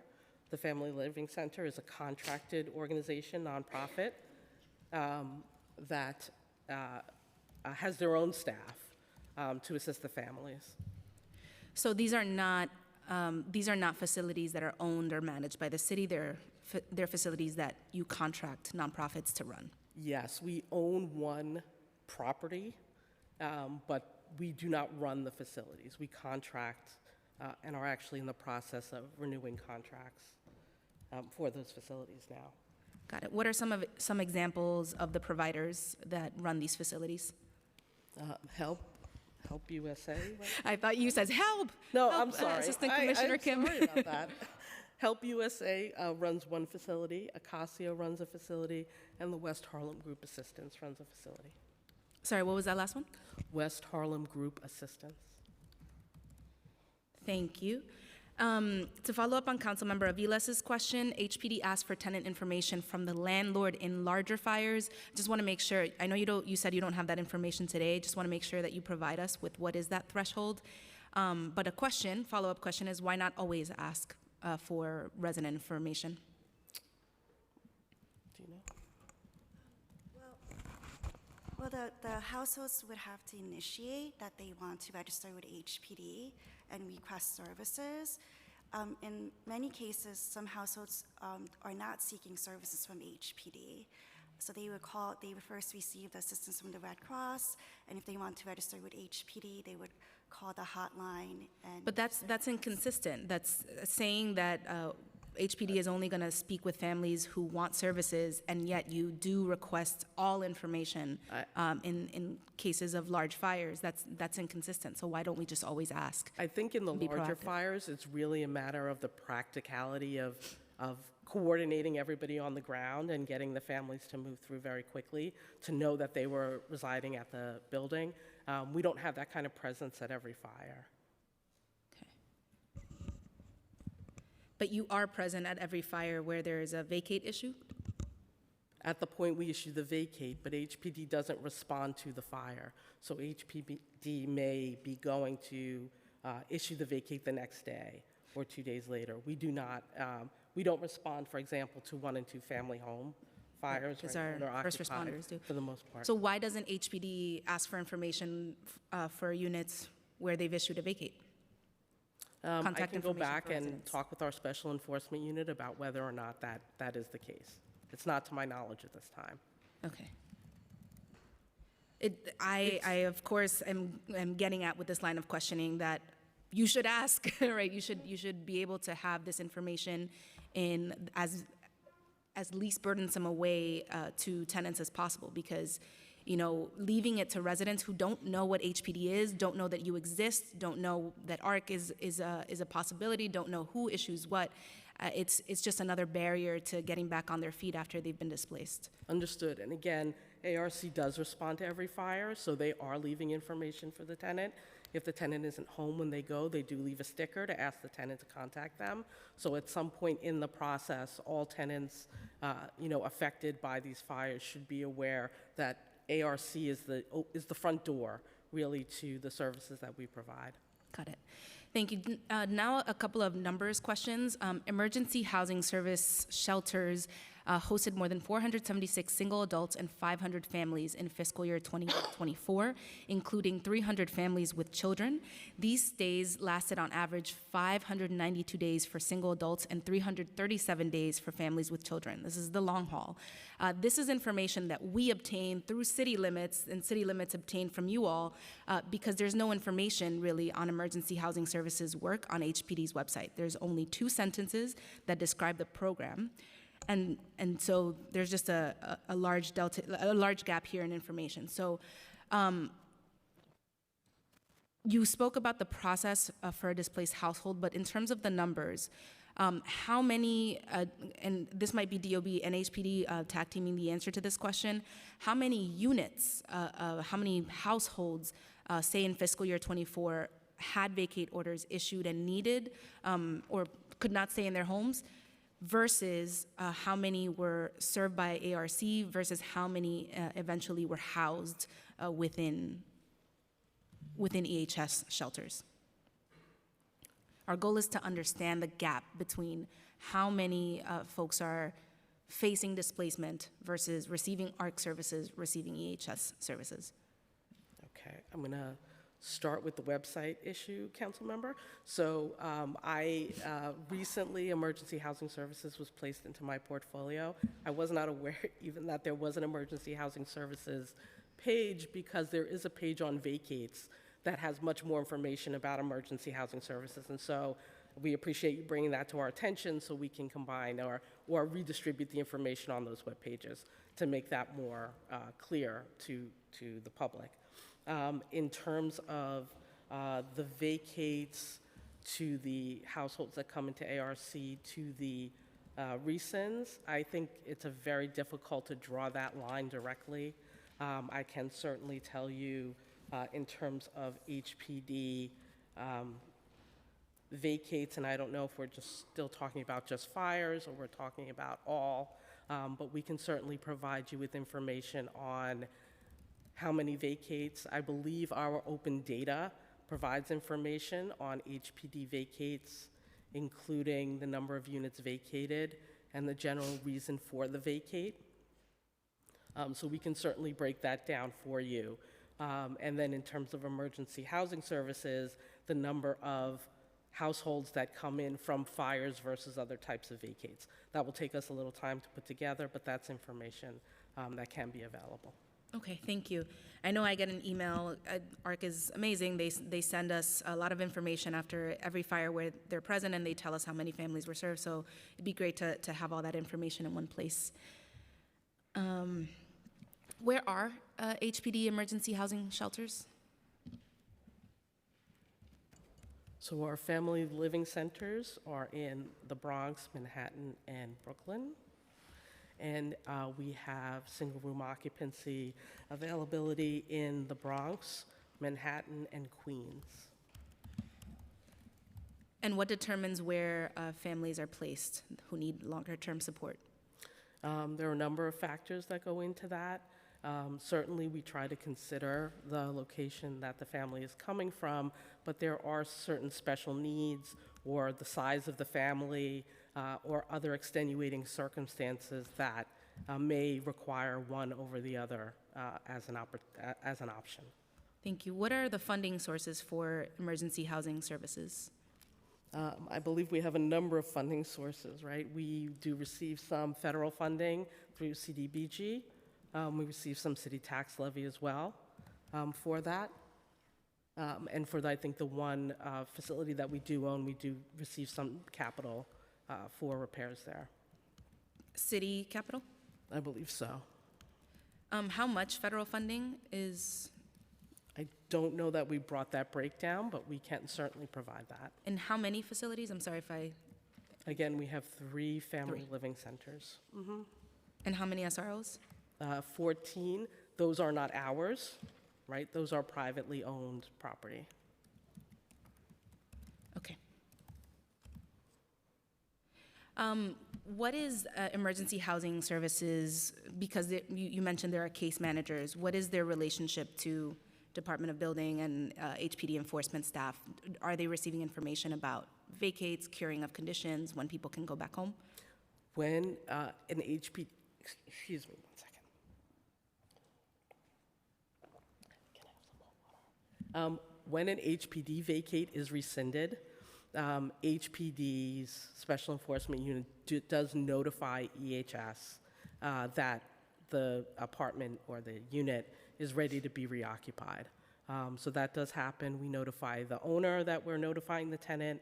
We notify EHS, again, if the tenant is receiving EHS services, and EHS notifies the tenant. Does HPD or DOB require the owner to prove that they have told communicated this information to tenants when they can go back home? HPD does notify the owner that they are required to do that, and generally we hear directly from the tenant if they are not being allowed to go back home. And we did recently have a case where we needed to work with the owner to ensure that the tenant was restored. But is there any way in which HPD or Department of Buildings is hearing, is confirming with the owner? Did you tell them? Did you tell them they could go back home? I will check with our Special Enforcement Unit if we receive some kind of confirmation back from the landlord. DOB?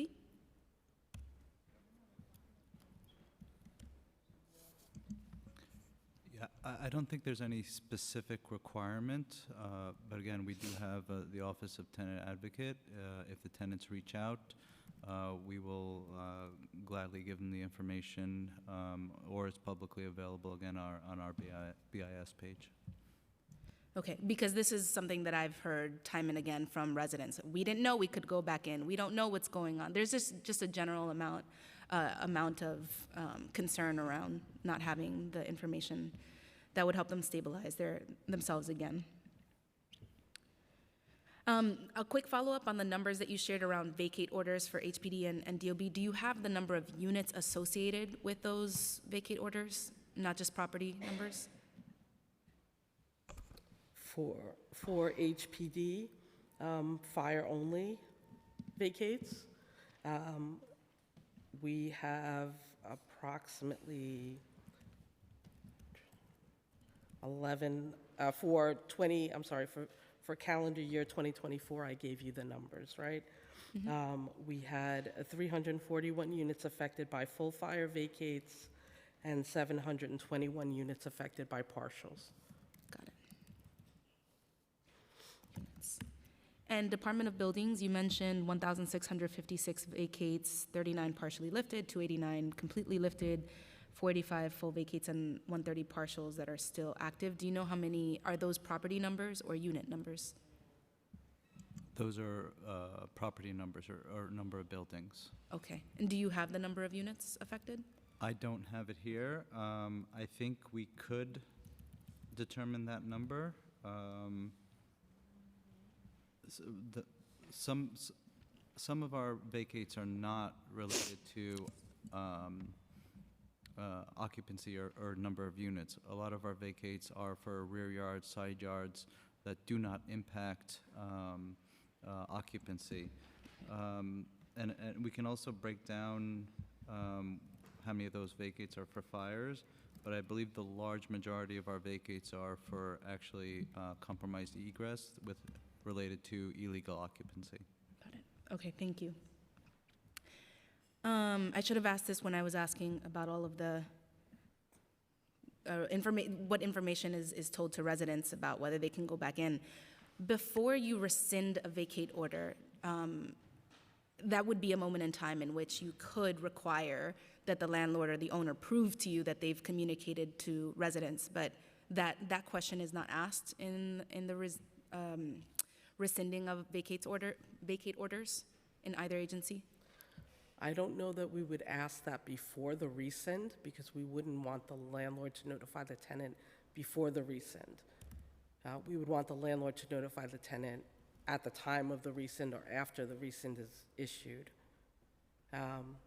So again, I can go back and I'll speak with our special enforcement unit about that exact communication and how that happens, and we can provide that information to you. Yeah. Look, 10 years of working with HPD, I'm not trying to put it on your lap or your responsibility, but for both agencies, it would be helpful if there was a way that we were confirming that the landlords and the owners are telling the residents what they need to know. Okay. In relation to Intro 750, DOB, you testified regarding your concerns about changing the amount of time that landlords have to correct violations for more than 6 months. Can you tell us how many DOB issued violations remain uncorrected for more than 6 months? And what enforcement actions are currently used by the agency? And then I just have one more. Sure. A couple of things to unpack there, but speaking of just the major and the lesser violations, we have 3 categories or 3 classifications for summonses. One of them is Class 1, which is immediately hazardous, must be corrected forthwith. So the Class 2 and Class 3 are major hazards, some threat to public safety. So for 2023, we issued Class 2 violations, 24,749. And of those that were not dismissed, which are 22,831, approximately 46% were corrected within 6 months. And in 2024, which is still not over, so we're still counting that number, 29,367 were issued. Of those, 27,826 were not dismissed, and about 37.8% have been corrected within the first 6 months, but we're still, again, we're not 6 months from December yet, or November. For Class 3 violations issued in 2023, which are the most low-level types of charges, we issued 2,076 summonses, 1,840 were not dismissed, and approximately 42.83% were corrected within 6 months. And in 2024, we issued 2,346, about 2,100 were not dismissed, and approximately 34.79 were corrected within 6 months. Did you share the numbers for Class 1? For Class 1s, I do have that number. This legislation would impact 2s and 3s, which is why I focused on that. But for Class 1s, let me see here. Because Class 1s are already required to be corrected within 30 30 days, 30 correct? days, yeah. Or well, actually forthwith, so immediately, so it should really be second day. But after 30 days, respondents could be subject to an additional civil penalty for failure to correct. For class ones in 2023, let's just make sure. Total summonses total summonses excluding dismissals were at 14,229, and about 48% were corrected within 6 months. And for 2024, you have 17,926 excluding dismissals, and about 41.83% were corrected within 6 months, which again, still not done with the full count since we're still waiting for November and December. I'm a layperson, but it seems to me like over all classes, it sounds like consistently half are corrected within 6 months. What is the agency's position on this rate? I don't think we have a position per se. We do what we can in order to get correction as quickly as possible. But whether that number is a success or not, ideally we would love it for it to be corrected earlier, but we understand that respondents do have to take some time in order to file the permits, get the right contractors, and file that certificate of correction and get it approved. My last question, I'd like to acknowledge that we've been joined by Councilmember Ressler. Okay, I'm not gonna say it.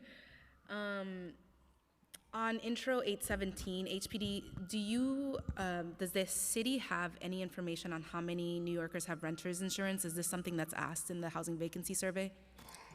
Not to my knowledge. Again, I'm not the expert on the housing vacancy survey, so. Okay, it should be. It's really important. Okay, that concludes my questions. Councilmember Ressler with questions. Thank you very much, Chair. Always good to see you. Just a couple questions. I think in the spirit of some of these bills, especially want to just recognize the leadership of Councilmember Gutierrez and in leading on a really smart and important package here. When we have fires in our district, it's incredibly challenging to get in contact with the constituents who are impacted, provide support, and engage. And I just wonder, Deputy Commissioner Santiago, if you have advice for us or others on what recommendations would you share with our offices for how we can provide the best assistance in real time to constituents who are displaced by fire? That is a good question, Council Member, that I have to admit that I have not given much thought to previously. Certainly something we can go back and think about in terms of what support council members can provide. I know that at major events, many of you actually show up at the event and offer, the services that your office has available for your constituents. We can't all be everywhere for every fire, and that's really the challenge. I think that's exactly it. Councilmember Sanchez has had Chair Sanchez, has had a number of tragedies in her district over these 3+ years in office, and how she has shown up on the ground day after day for people who have been impacted has been really inspiring, and I think a model for what council leadership should look like, council representation, I should say, should look like. But it is hard to be in all places at all times, and when fires occur at 3 o'clock in the morning, sometimes we don't even know about it until people have already been relocated. And it's, sometimes people take advantage of Red Cross services, and there's opportunities for connections there, but we have abilities to set up GoFundMes to maximize resources and support, and from our communities, we may even have housing solutions that we can help identify if we are in direct communication and contact. And it's like very much catch as catch can, and we don't have a good mechanism for facilitating those referrals or relationships so that we can step in and then champion the needs of our constituents who have been impacted. And I think, we all wish we could be Purina Sanchez. But I think that council members really do want to step in those moments of crisis, as well as and effectively as she has done, to be there. And I think if there were ways that agencies could really set us up to create those warm handoffs for us, I don't know if others want to jump in here to help. I know that you think about the world, Deputy Commissioner Santiago, from the perspective of tenants and, making sure that they have access to the resources and support that they need. But if others want to jump in with any suggestions for what we could or should do, or how you can create a better, activate council members to support constituents in need, I would welcome any suggestions that you all would like to share, or if you'd like to come back to us. Thank you. We can certainly come back to you and have that discussion, absolutely. Because I think that, I don't know if they're privacy issues or what, but I feel like having a part of our protocol be sharing of contact information with council offices for people who have been displaced by fire in our district, or displaced by emergency in our district, should be a standard protocol. And let us jump in and help. So I think it can often be really frustrating to navigate city agencies and city bureaucracy, and especially when you've lost your own identification or different pieces of critical information. You need us, right? I mean, that's what we do well, is that we force city agencies to listen and act and move. But we can only do that if we're actually in direct communication with the people who are impacted. So I hope that there are ways that we can improve that coordination, because I don't think it's as good as it should be. And like I said, I think Chair Sanchez has been the model and done a terrific job. Councilmember Gutierrez also has done a terrific job, but I think it's hard, and it shouldn't be as hard to make happen. So I'll leave it there. But thank you very much for the opportunity, Chair Sanchez. Thank you so much, Councilmember Ressler. And yeah, just to reiterate, what ends up happening, especially in the bigger fires, as you know, is residents get asked the same question over and over and over. They register with ARC, then they get asked their contact information from us, and then, they go and register with EHS, right? And so just like when we all do case management and case services, being able to minimize that and just be more efficient for folks who just potentially lost everything would go a long way. So that concludes our questions. I once again, want to, just express the disappointment that NYSEM isn't here, not to knock the great work that they do, because they are on the ground when there are 3-alarm fires and above, and many, many other kinds of emergencies. And when we call, they also come and they help with coordination. But being able to hear from them how they coordinate on the ground with all of the agencies, if DEP, if there's asbestos suspected to be present, they get DEP involved. They do a lot of work on the ground, and it's helpful to have that perspective. It would have been helpful to have that perspective here.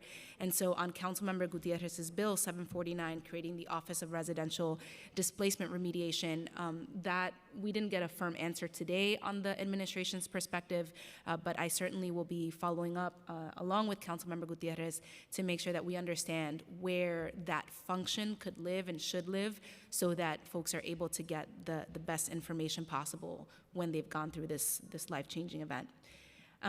With that, any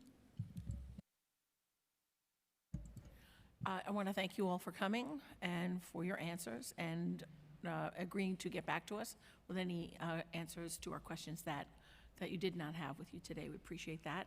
I'd also like to thank the Fire and Emergency Management Committee staff, our counsel, Josh Kingsley, our senior analyst, William Hongash, the Legislative Division, and my amazing Chief of Staff, Phyllis Cirillo. Also, it is a pleasure to host a hearing with you, council member, and for the council members who did come today to ask very important questions. Thank you so much.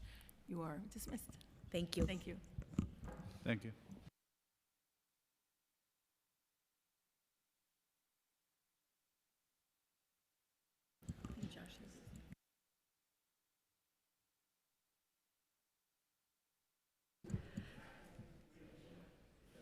Thank you again to the members of the administration. We will now open the hearing for public testimony. I remind members of the public that this is a formal government proceeding and that decorum should be observed at all times. As such, members of the public shall remain silent at all times.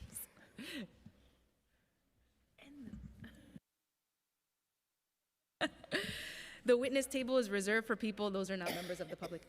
The witness table is reserved for people who wish to testify. No video recording or photography is allowed at the witness table. Further, members of the public may not present audio or video recordings as testimony, but may submit transcripts of such recordings to the Sergeant at Arms for inclusion in the hearing record.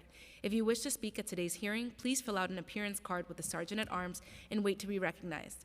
When recognized, you will have 2 minutes to speak on today's hearing topic of residential displacement after emergencies, including the following legislation: intros number 749, 750, 751, 817, and resolutions number 307 and 802.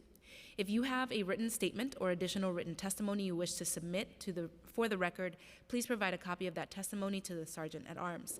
You may also email written testimony to testimony@council.nyc.gov within 72 hours of this hearing. Audio and video recordings will not be accepted. I will now call the first panel. Monica Mercola, Legal Aid Society, Jessica Belinder, Yolanda Richardson at 2910 Wallace Avenue, Vanessa Perkins, same, Kelly Rowland, same, and Ricardine Verdener Bernard.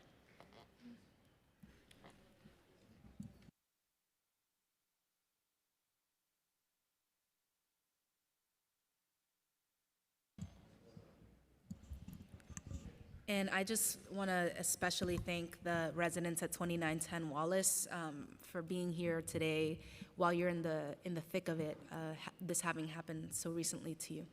We're here for you, and thank you for joining us. You may begin when ready. Just press the button. Okay. Good morning, everyone. My name is Yolanda Richardson, and I am a tenant of 2910 Wallace Avenue and part of the Tenant Association as a lead. My family and I have lived there for 25 years in that building, and we are displaced and lost everything. And thank you for this opportunity to share my concerns. I sat here today, and I came with a written statement, but I almost feel like it's out of the window at this point because I listened to a lot of what was said here between the fire department, the DOB, and HPD, and I'm disheartened because as much as I'd like to think we're getting the type of help that we should be getting, we are not. I'm a taxpayer. And because I don't meet the threshold of what a low income is, I don't get help. You know, they mentioned that the fire department was there in the building and they had helped everyone to facilitate getting their things. We did that. We got together, 2910 Wallace Avenue Tenant Association, and put together a WhatsApp of the tenants that we were able to get and created a WhatsApp so that we can put together a list of all the people who were able to go in and get their things, and we did that. The first, I think it was the second or third day of the fire, we were in that building helping the tenants get their things. Alongside, after the fact, the fire investigators, Mark, Tony, and Lou, who were there, we came with our list and showed them to help them do the job that they were there after the fact to start helping tenants get their things. So there was a large collaboration between all of us.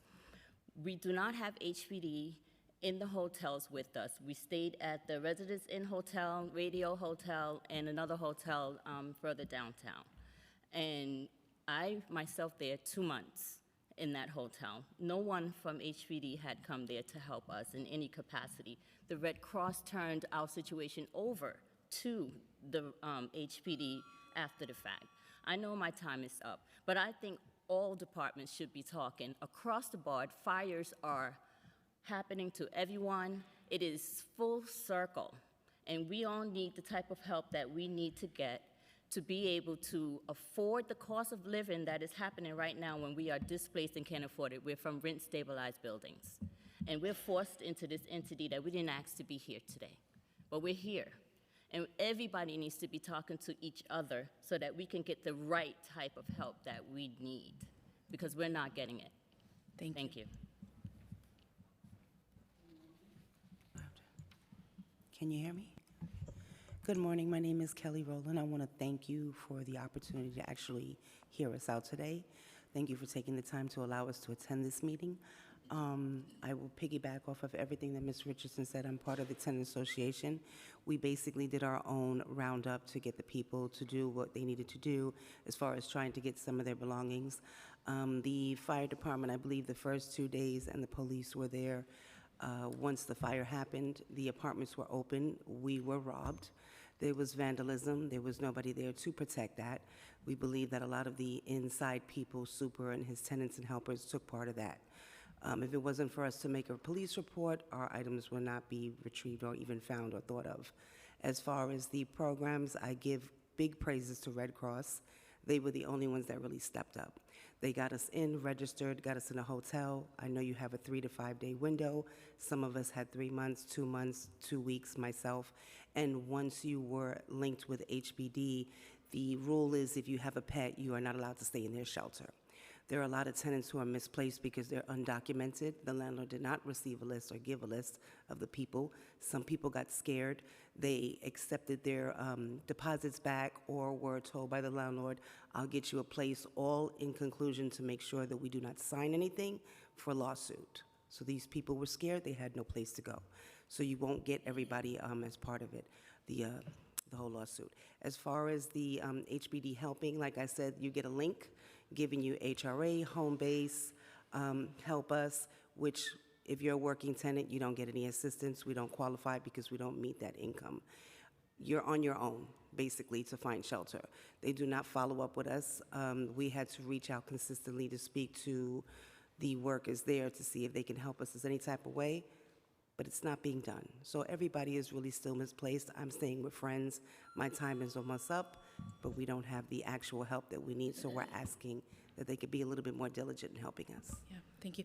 I just want to take a moment to just like snap my fingers and just agree, because the constituents in my district have been through this, and it's been me, literally me with a little pen and paper trying to figure out, okay, who lives here, who doesn't, how are we going to coordinate getting things. So applauding your leadership and being able to coordinate that.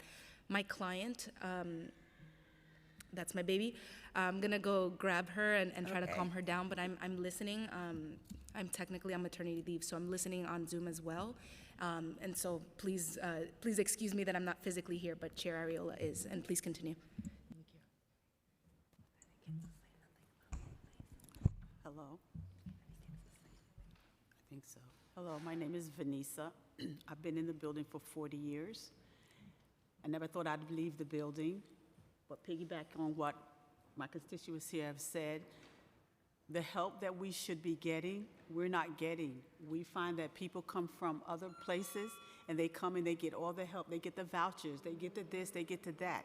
I'm retired for 14 years. I can't begin to pay rent for $2,400, $3,400. It's impossible. What are we gonna do? They sit here and they say that they do this, they do that, HPD does this. You don't do anything for us. You say I make too much money. I'm retired. How much money can I be making? I can't get any assistance. Now me and my daughter are displaced. She's one place, I'm at another place. We have all these new buildings. Why can't we be put in the buildings? Why can't we get a voucher so that we can afford to be in the building? This isn't fair, it's not right, and something needs to be done now.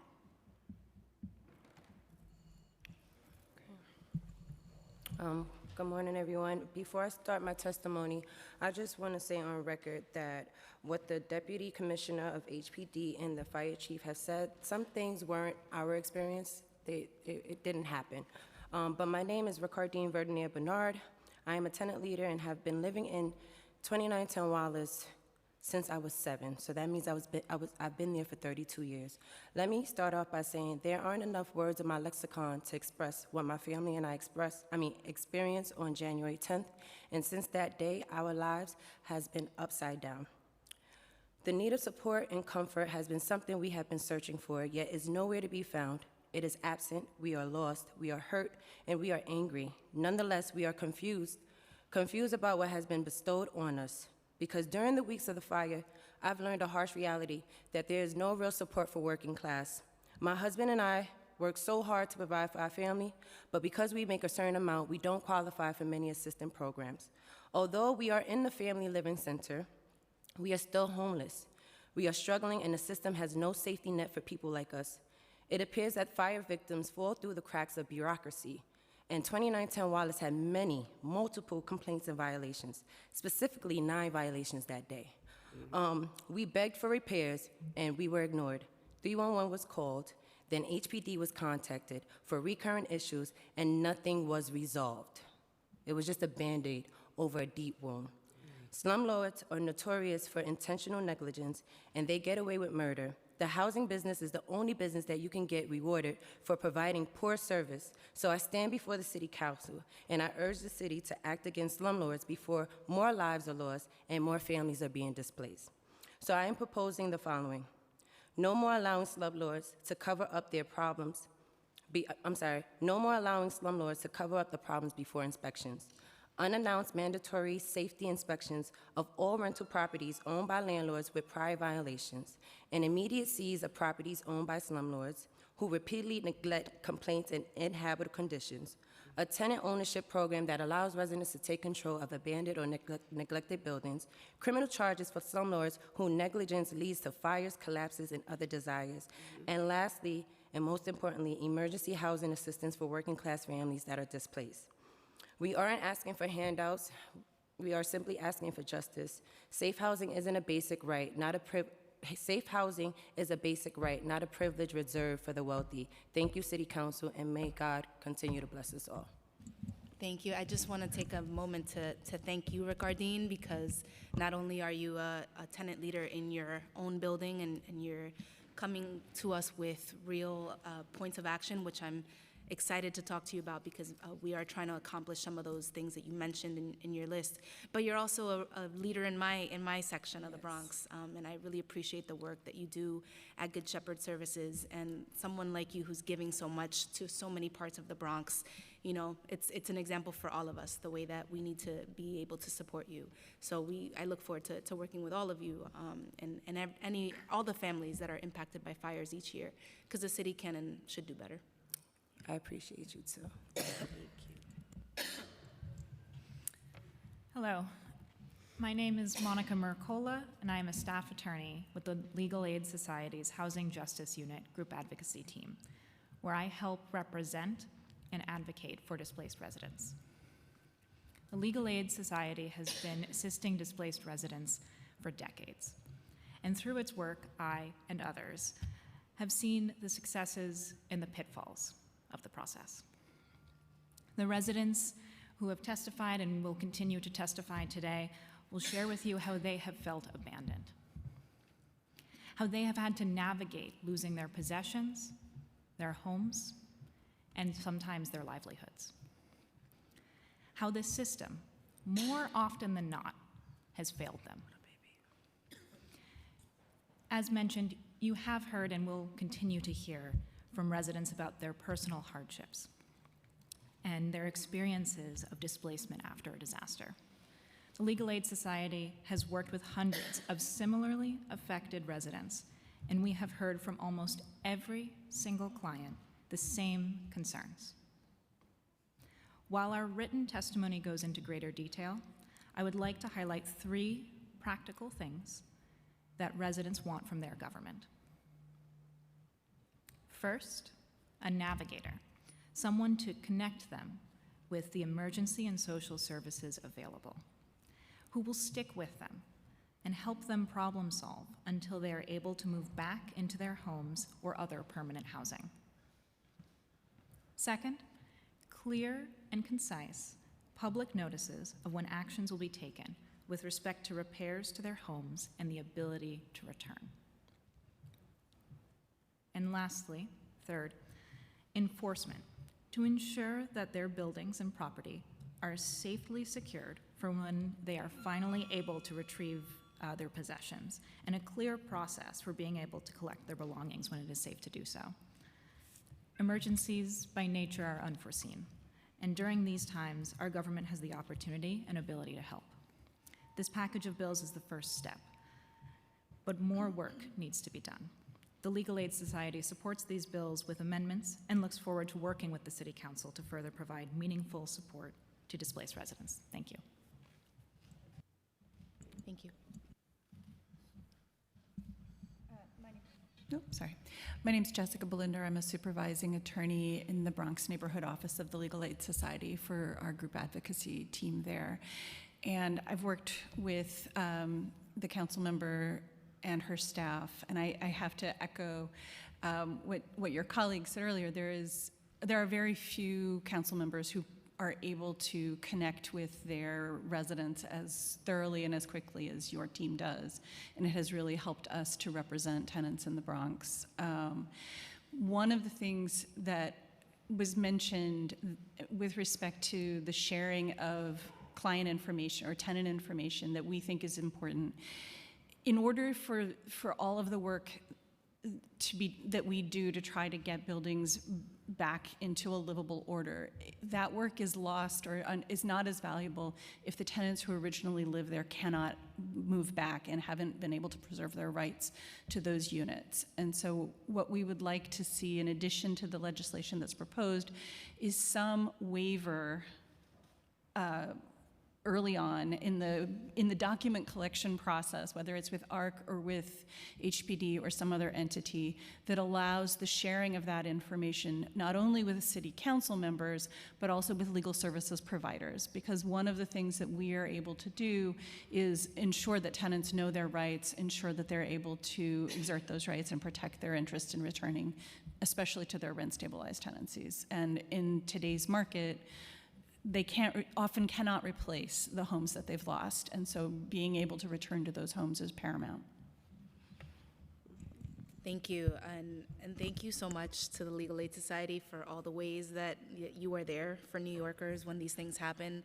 I know for us, the building collapse, how many fires have we had?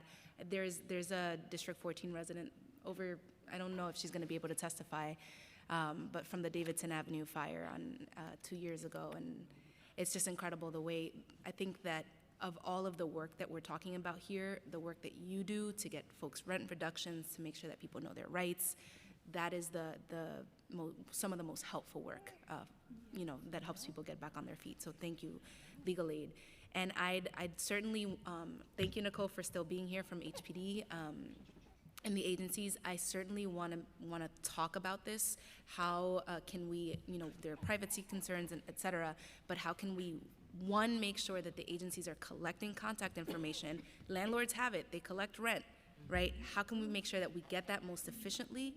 And then two, how can we, legally and, with all the compliance that we would need to do, how can we make sure to share that with our legal service providers and our elected officials and folks that just want to help, right? Because there's many that want to help. I know I was bombarded, with many of the emergencies that we've had because my office, we have these pink hats and we put on our pink hats and we go and talk to everybody when an emergency happens. And then those pink hats and that we scribble it down and then we put it into spreadsheets and then we're able to share with others, but it shouldn't have to be that way. That's so inefficient, right? So yeah, I just want to thank you so much for everything that you do, and thank you for sharing your stories, because this is the foundation of how we effectuate change. Thank you. Okay, thank you.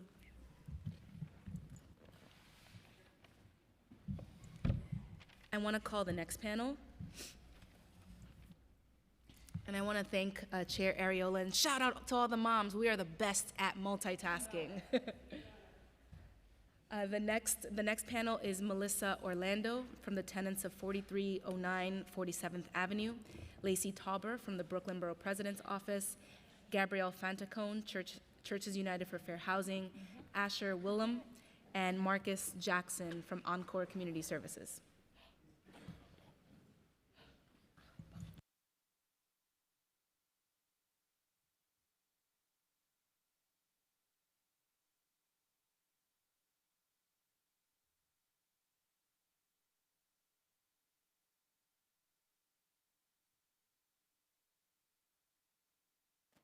Serious multitasking. Okay, you may begin when ready.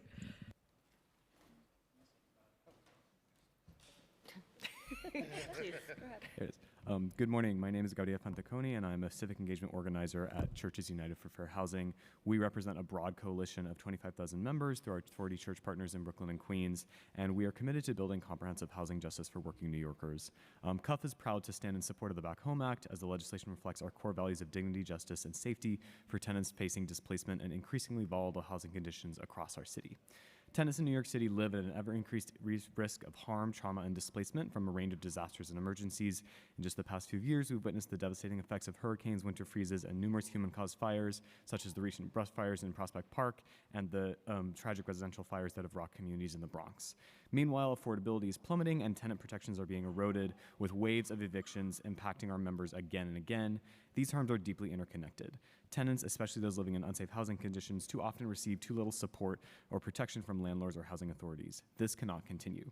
That is why we're here today to reaffirm our belief in strong protections for all tenants and in the security needed to confront a future where emergencies of all kinds, natural, structural, or human-caused, are becoming more frequent and more severe. The Back Home Act is a vital step towards ensuring that our city's commitment to affordable housing includes robust emergency protections and enshrines the right to return home after a disaster. Tenants deserve to know that they won't be permanently displaced after tragedy strikes. We often hear stories of the routine exploitation faced by CUF's tenant members, many of whom are immigrants or people of color who are left to navigate disaster recovery alone. Despite their essential contributions to our city, these tenants struggle to support their families and lack the safety nets needed to recover from crises. And the Back Home Act is essential because it ensures that city agencies are equipped with the tools to protect tenants during and after emergencies and to prevent landlords from using moments of crisis to profit from others' vulnerability. This is the legislation that working New Yorkers need to seriously address the intersections of housing justice and emergency preparedness, and we especially recognize the vulnerable position that immigrant tenants are in, being targeted by federal enforcement and predatory landlords. This bill ensures that these tenants are included in vital protections and that they have the right to fair, safe, and contingency habitable housing, even in the face of disaster. Sorry, I know my time is up. CUF commends the Committees on Housing and Fire for bringing forward this important bill. We urge the swift passage of the Back Home Act, that's intro 607 through 609, 749 through 751, 817, and Resolution 307, so that we can establish permanent protections for tenants against disasters, displacement, and injustice. Thank you for your time and your commitment, your continued commitment to the well-being of ordinary working New Yorkers. Thank you so much to you and your organization.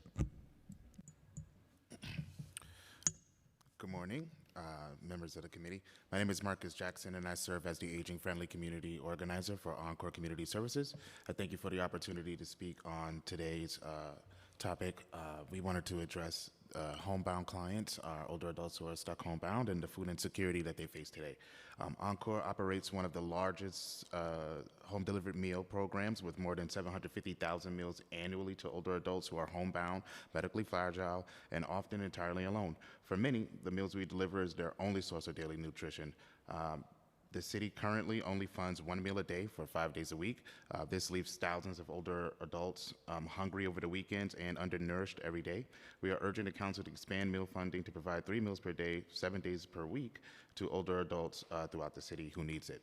We also need reimbursement rates that actually cover providers' real costs. Food prices, labor, and delivery expenses have all increased, but funding hasn't. Without action, providers like Encore will be forced to make impossible decisions about what we can and can't afford to deliver. Finally, nutrition is only one piece. Our financial case managers help older adults apply for SNAP, manage healthcare bills, and access rent relief. They're essential to preventing hunger before it starts. Expanding funding for financial case management must be a part of the city's hunger response. Encore has been serving older adults for nearly 50 years, and we know what it takes to prevent hunger and help homebound clients who are stuck and in need. It starts with fully funding programs that work. I appreciate your time for today, and I really hope the committee takes this seriously. Thank you.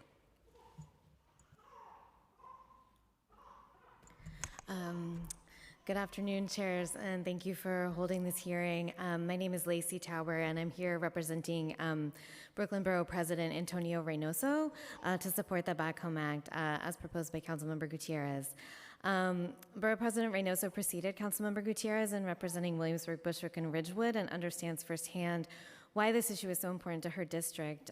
During his time in the council and as borough president, BP Reynoso and his staff have assisted numerous families who have tragically been displaced from their homes by emergencies, especially fires. However, as you heard, this experience isn't unique to that district. As of March 4th, the last day that HPD released its monthly data, more than 2,000 New Yorkers from all over the city were living in the various emergency shelters after being displaced.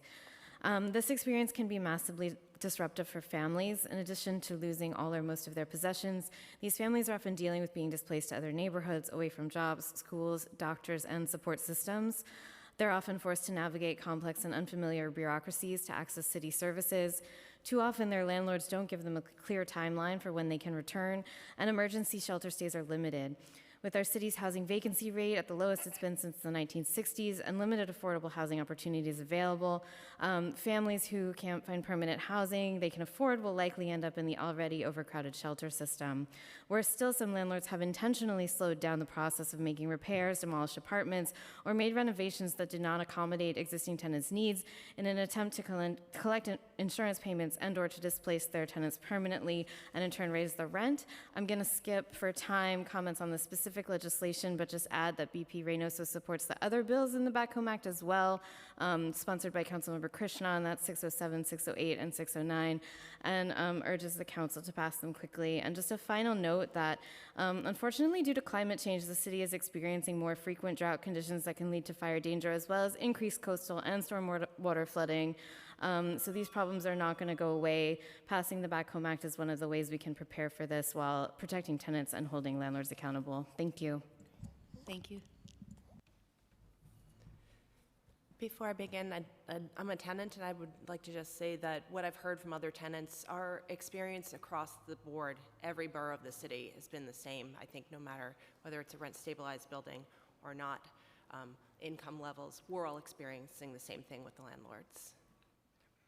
So, good afternoon. Thank you for the opportunity to speak today. I'm here in support of Resolution 802, introduced by my council member, Julie Wan, along with council members Sanchez, Riley, and others. Thank you. My name's Melissa Orlando, and on December 20th, 2023, I lost my home at 4309 47th Avenue, Sunnyside, Queens, in a 5-alarm fire started by a negligent contractor hired by A&E Real Estate. The contractor caused the fire through the use of a blowtorch to remove paint from a door frame in a vacant apartment in our building. This was cited in the fire report, and 3 criminal summonses were issued almost immediately as a result. I want to also just have on the record thank you to our first responders. That day, nearly 250 people lost their homes. It has been 469 days since the fire. A&E has done nothing to date to repair the building, which has a full vacate order, or to cover our now compounded living expenses. That is because they're currently not required by law to do anything. As astounding as that is, even when clearly negligent, landlords are not required to provide housing, support, anything. The little that we've received as tenants has been through ongoing negotiation and pressure exerted by all of our elected officials, including Councilmember Wan and State Senator Michael Gianaris.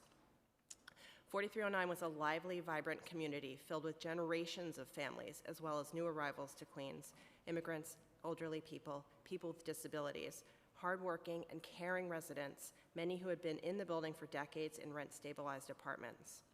Imagine the shock of being homeless through no fault of your own and now having to pay rent that is exorbitant, I'll be quick, many, many times higher than what you had been paying, because we know how expensive New York City has become over the past 10 years.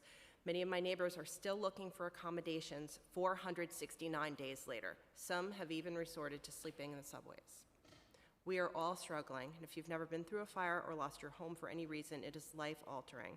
Imagine walking around your neighborhood feeling like a stranger, like you have nowhere to go.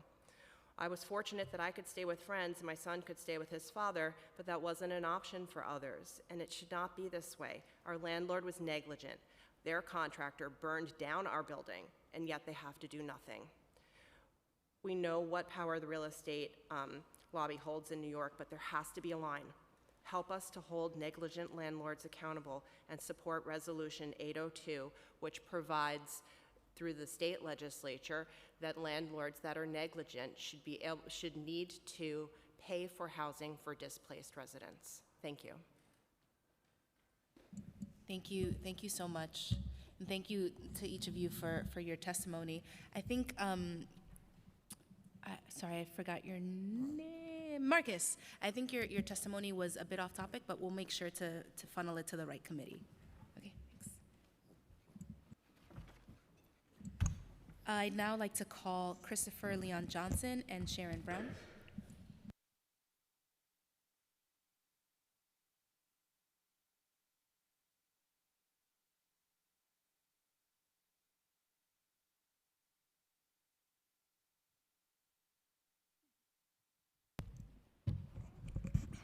Yeah. Hello. My name is Christopher Leon Johnson. I'm here to support all the bills on the committee. I'm here to support all the bills on the committee for this. But they need, Ms. Gutierrez needs to, make it at least 5 days for all the tenants, for all the buildings to cure their violations for all of them minimum. I mean, not minimum, maximum 5 days, not 30 days. 30 days is too much for the tenants because, and everybody know they get harassed. But I want to know why is this little bald-headed Rebney shill, Kevin C. Riley, who's the chair of the zoning committee, is not supporting not one bill on this ticker today. Everybody know why, because he's captive to Rebney. He loves Rebney. He's a real estate tough guy. He tried his tough guy stuff with me on Instagram and Twitter, but I love to say to his face that he's a clown and he loves taking Rebney's dick up his ass. And that's the truth. He loves taking Rebney's cock up his ass. I'm gonna have to cut you off for language. I understand. But it's the for truth. language. I'm It's the sorry. truth. It's the I'm truth. sorry. Everybody is entitled to It's the their truth. opinion, including you. It's the but truth. we have to maintain Fuck you, decorum. Kevin Riley. I'll We have say to to you. maintain decorum in the council. We have to maintain decorum in the council. Thank you. Next. I'll follow that. Sorry. Apologies, yes. My name is Sharon Brown from Rose of Sharon Enterprises. Before I start, remember the hostages, release the hostages, let Yahweh's people go. The fires that were in these buildings that you guys were speaking about, is it due to the landlord's negligence because of the lack of repairs? Or is it just fires that were started? Because some of the lack of repairs could be a part of the reason that exacerbated the problem that caused it, like people had to have heaters or whatever the situation may be. They need to investigate these landlords who are intentionally doing malicious evictions.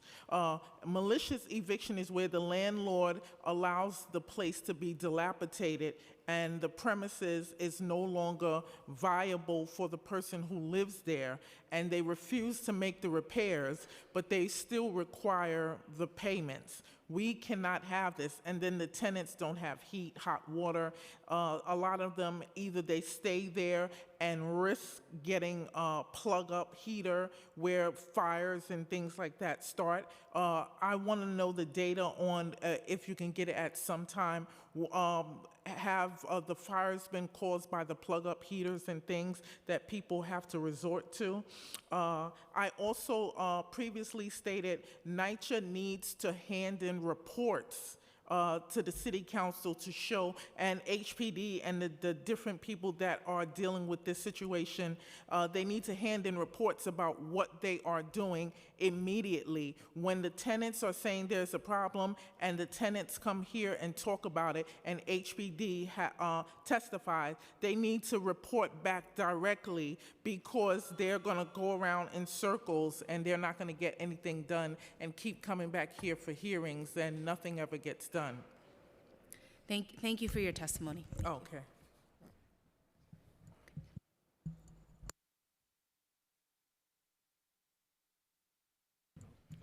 We will now turn to remote testimony. Once your name is called, a member of our staff will unmute you, and the Sergeant at Arms will give you the go-ahead to begin.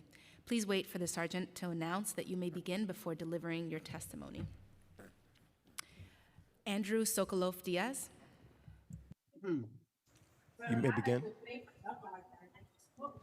Hi, good afternoon. Can you hear me? Yes.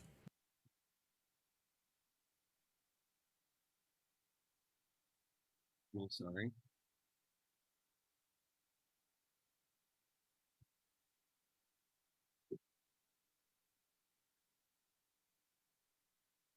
Sorry, I'm having a lag. Can you hear me? Yes, we can hear you. And now we can see you. Okay. Good afternoon. My name is Andrew Sokolow Diaz. I'm the co-founder and co-president of 89th Street Tenants Unidos Association in Jackson Heights, Queens. When an 8-alarm fire occurred in my building in April 2021, my wife and our 2-month-old baby and dog were displaced and required to live in a hotel far away from home, which was Jackson Heights, Queens.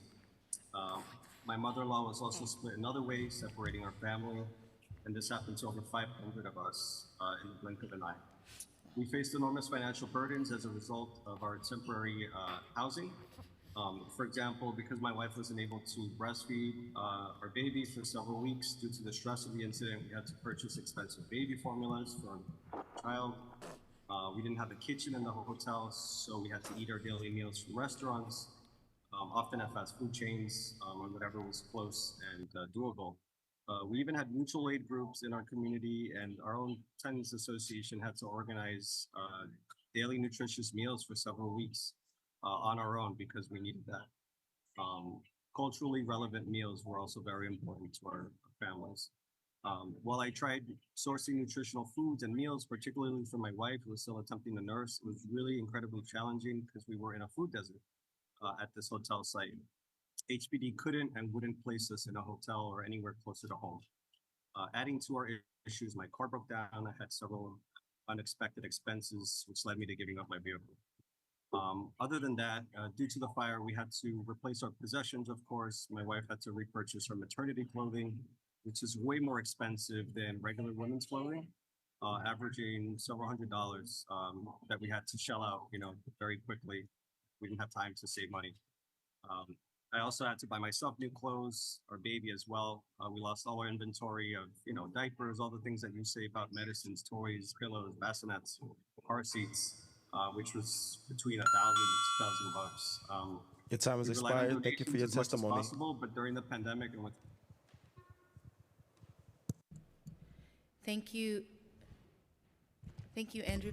We can let him conclude. He's the last panelist. Go ahead. Thank you, Chair. Okay, so after this 8-alarm fire, basically what we're asking the City Council and the agencies to do, which is so much more, and you're building on it, Chair Sanchez and Chair Ariola, is number one, build additional HPD housing citywide, but especially in Queens. We have 0 HPD family shelters in Queens, in the second most populated borough in the city. Number two, coordinate an immediate rapid response protocol for displaced families with their local public hospitals, so you can coordinate medications and prescriptions and disability equipment. Third, mitigate displacement by relocating residents and our animal companions as close as possible to home and mandate that the owners foot the bill. Fourth, and I'm almost done, ensure displaced residents obtain immediate access to their homes and their units to obtain identity documents and vital financial documents, even their money. Fire victims like us are almost always burglarized and forgotten. Ensure displaced rent-stabilized tenants and subtenants who are more vulnerable than us are better protected by having the agencies really hold the landlords accountable, especially when they allow their properties to deteriorate. This delays our displacement.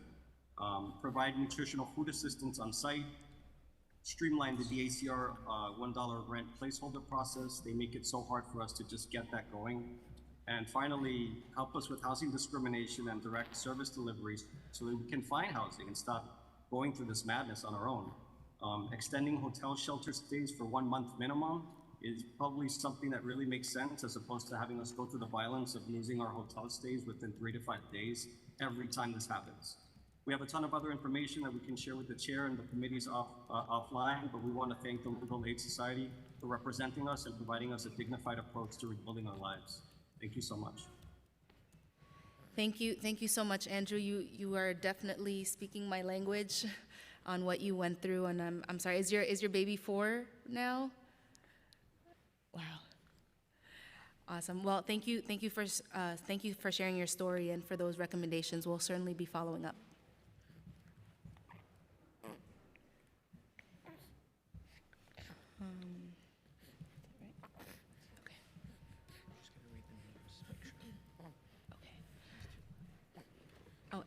Anthony Randolph from 2910 Wallace Avenue. Alex Stein. No? Okay. Yes.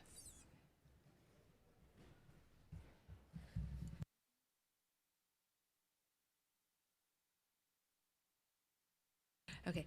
If we have inadvertently missed anyone that has registered to testify today and has yet to be called, please use the Zoom raise hand function if you're testifying remotely, and you will be called in the order that your hand has been raised. If you are testifying in person, please come to the dais now. Seeing none, we will now close the hearing. Thank you to the members of the administration, the members of the public who have joined us today. This hearing is adjourned.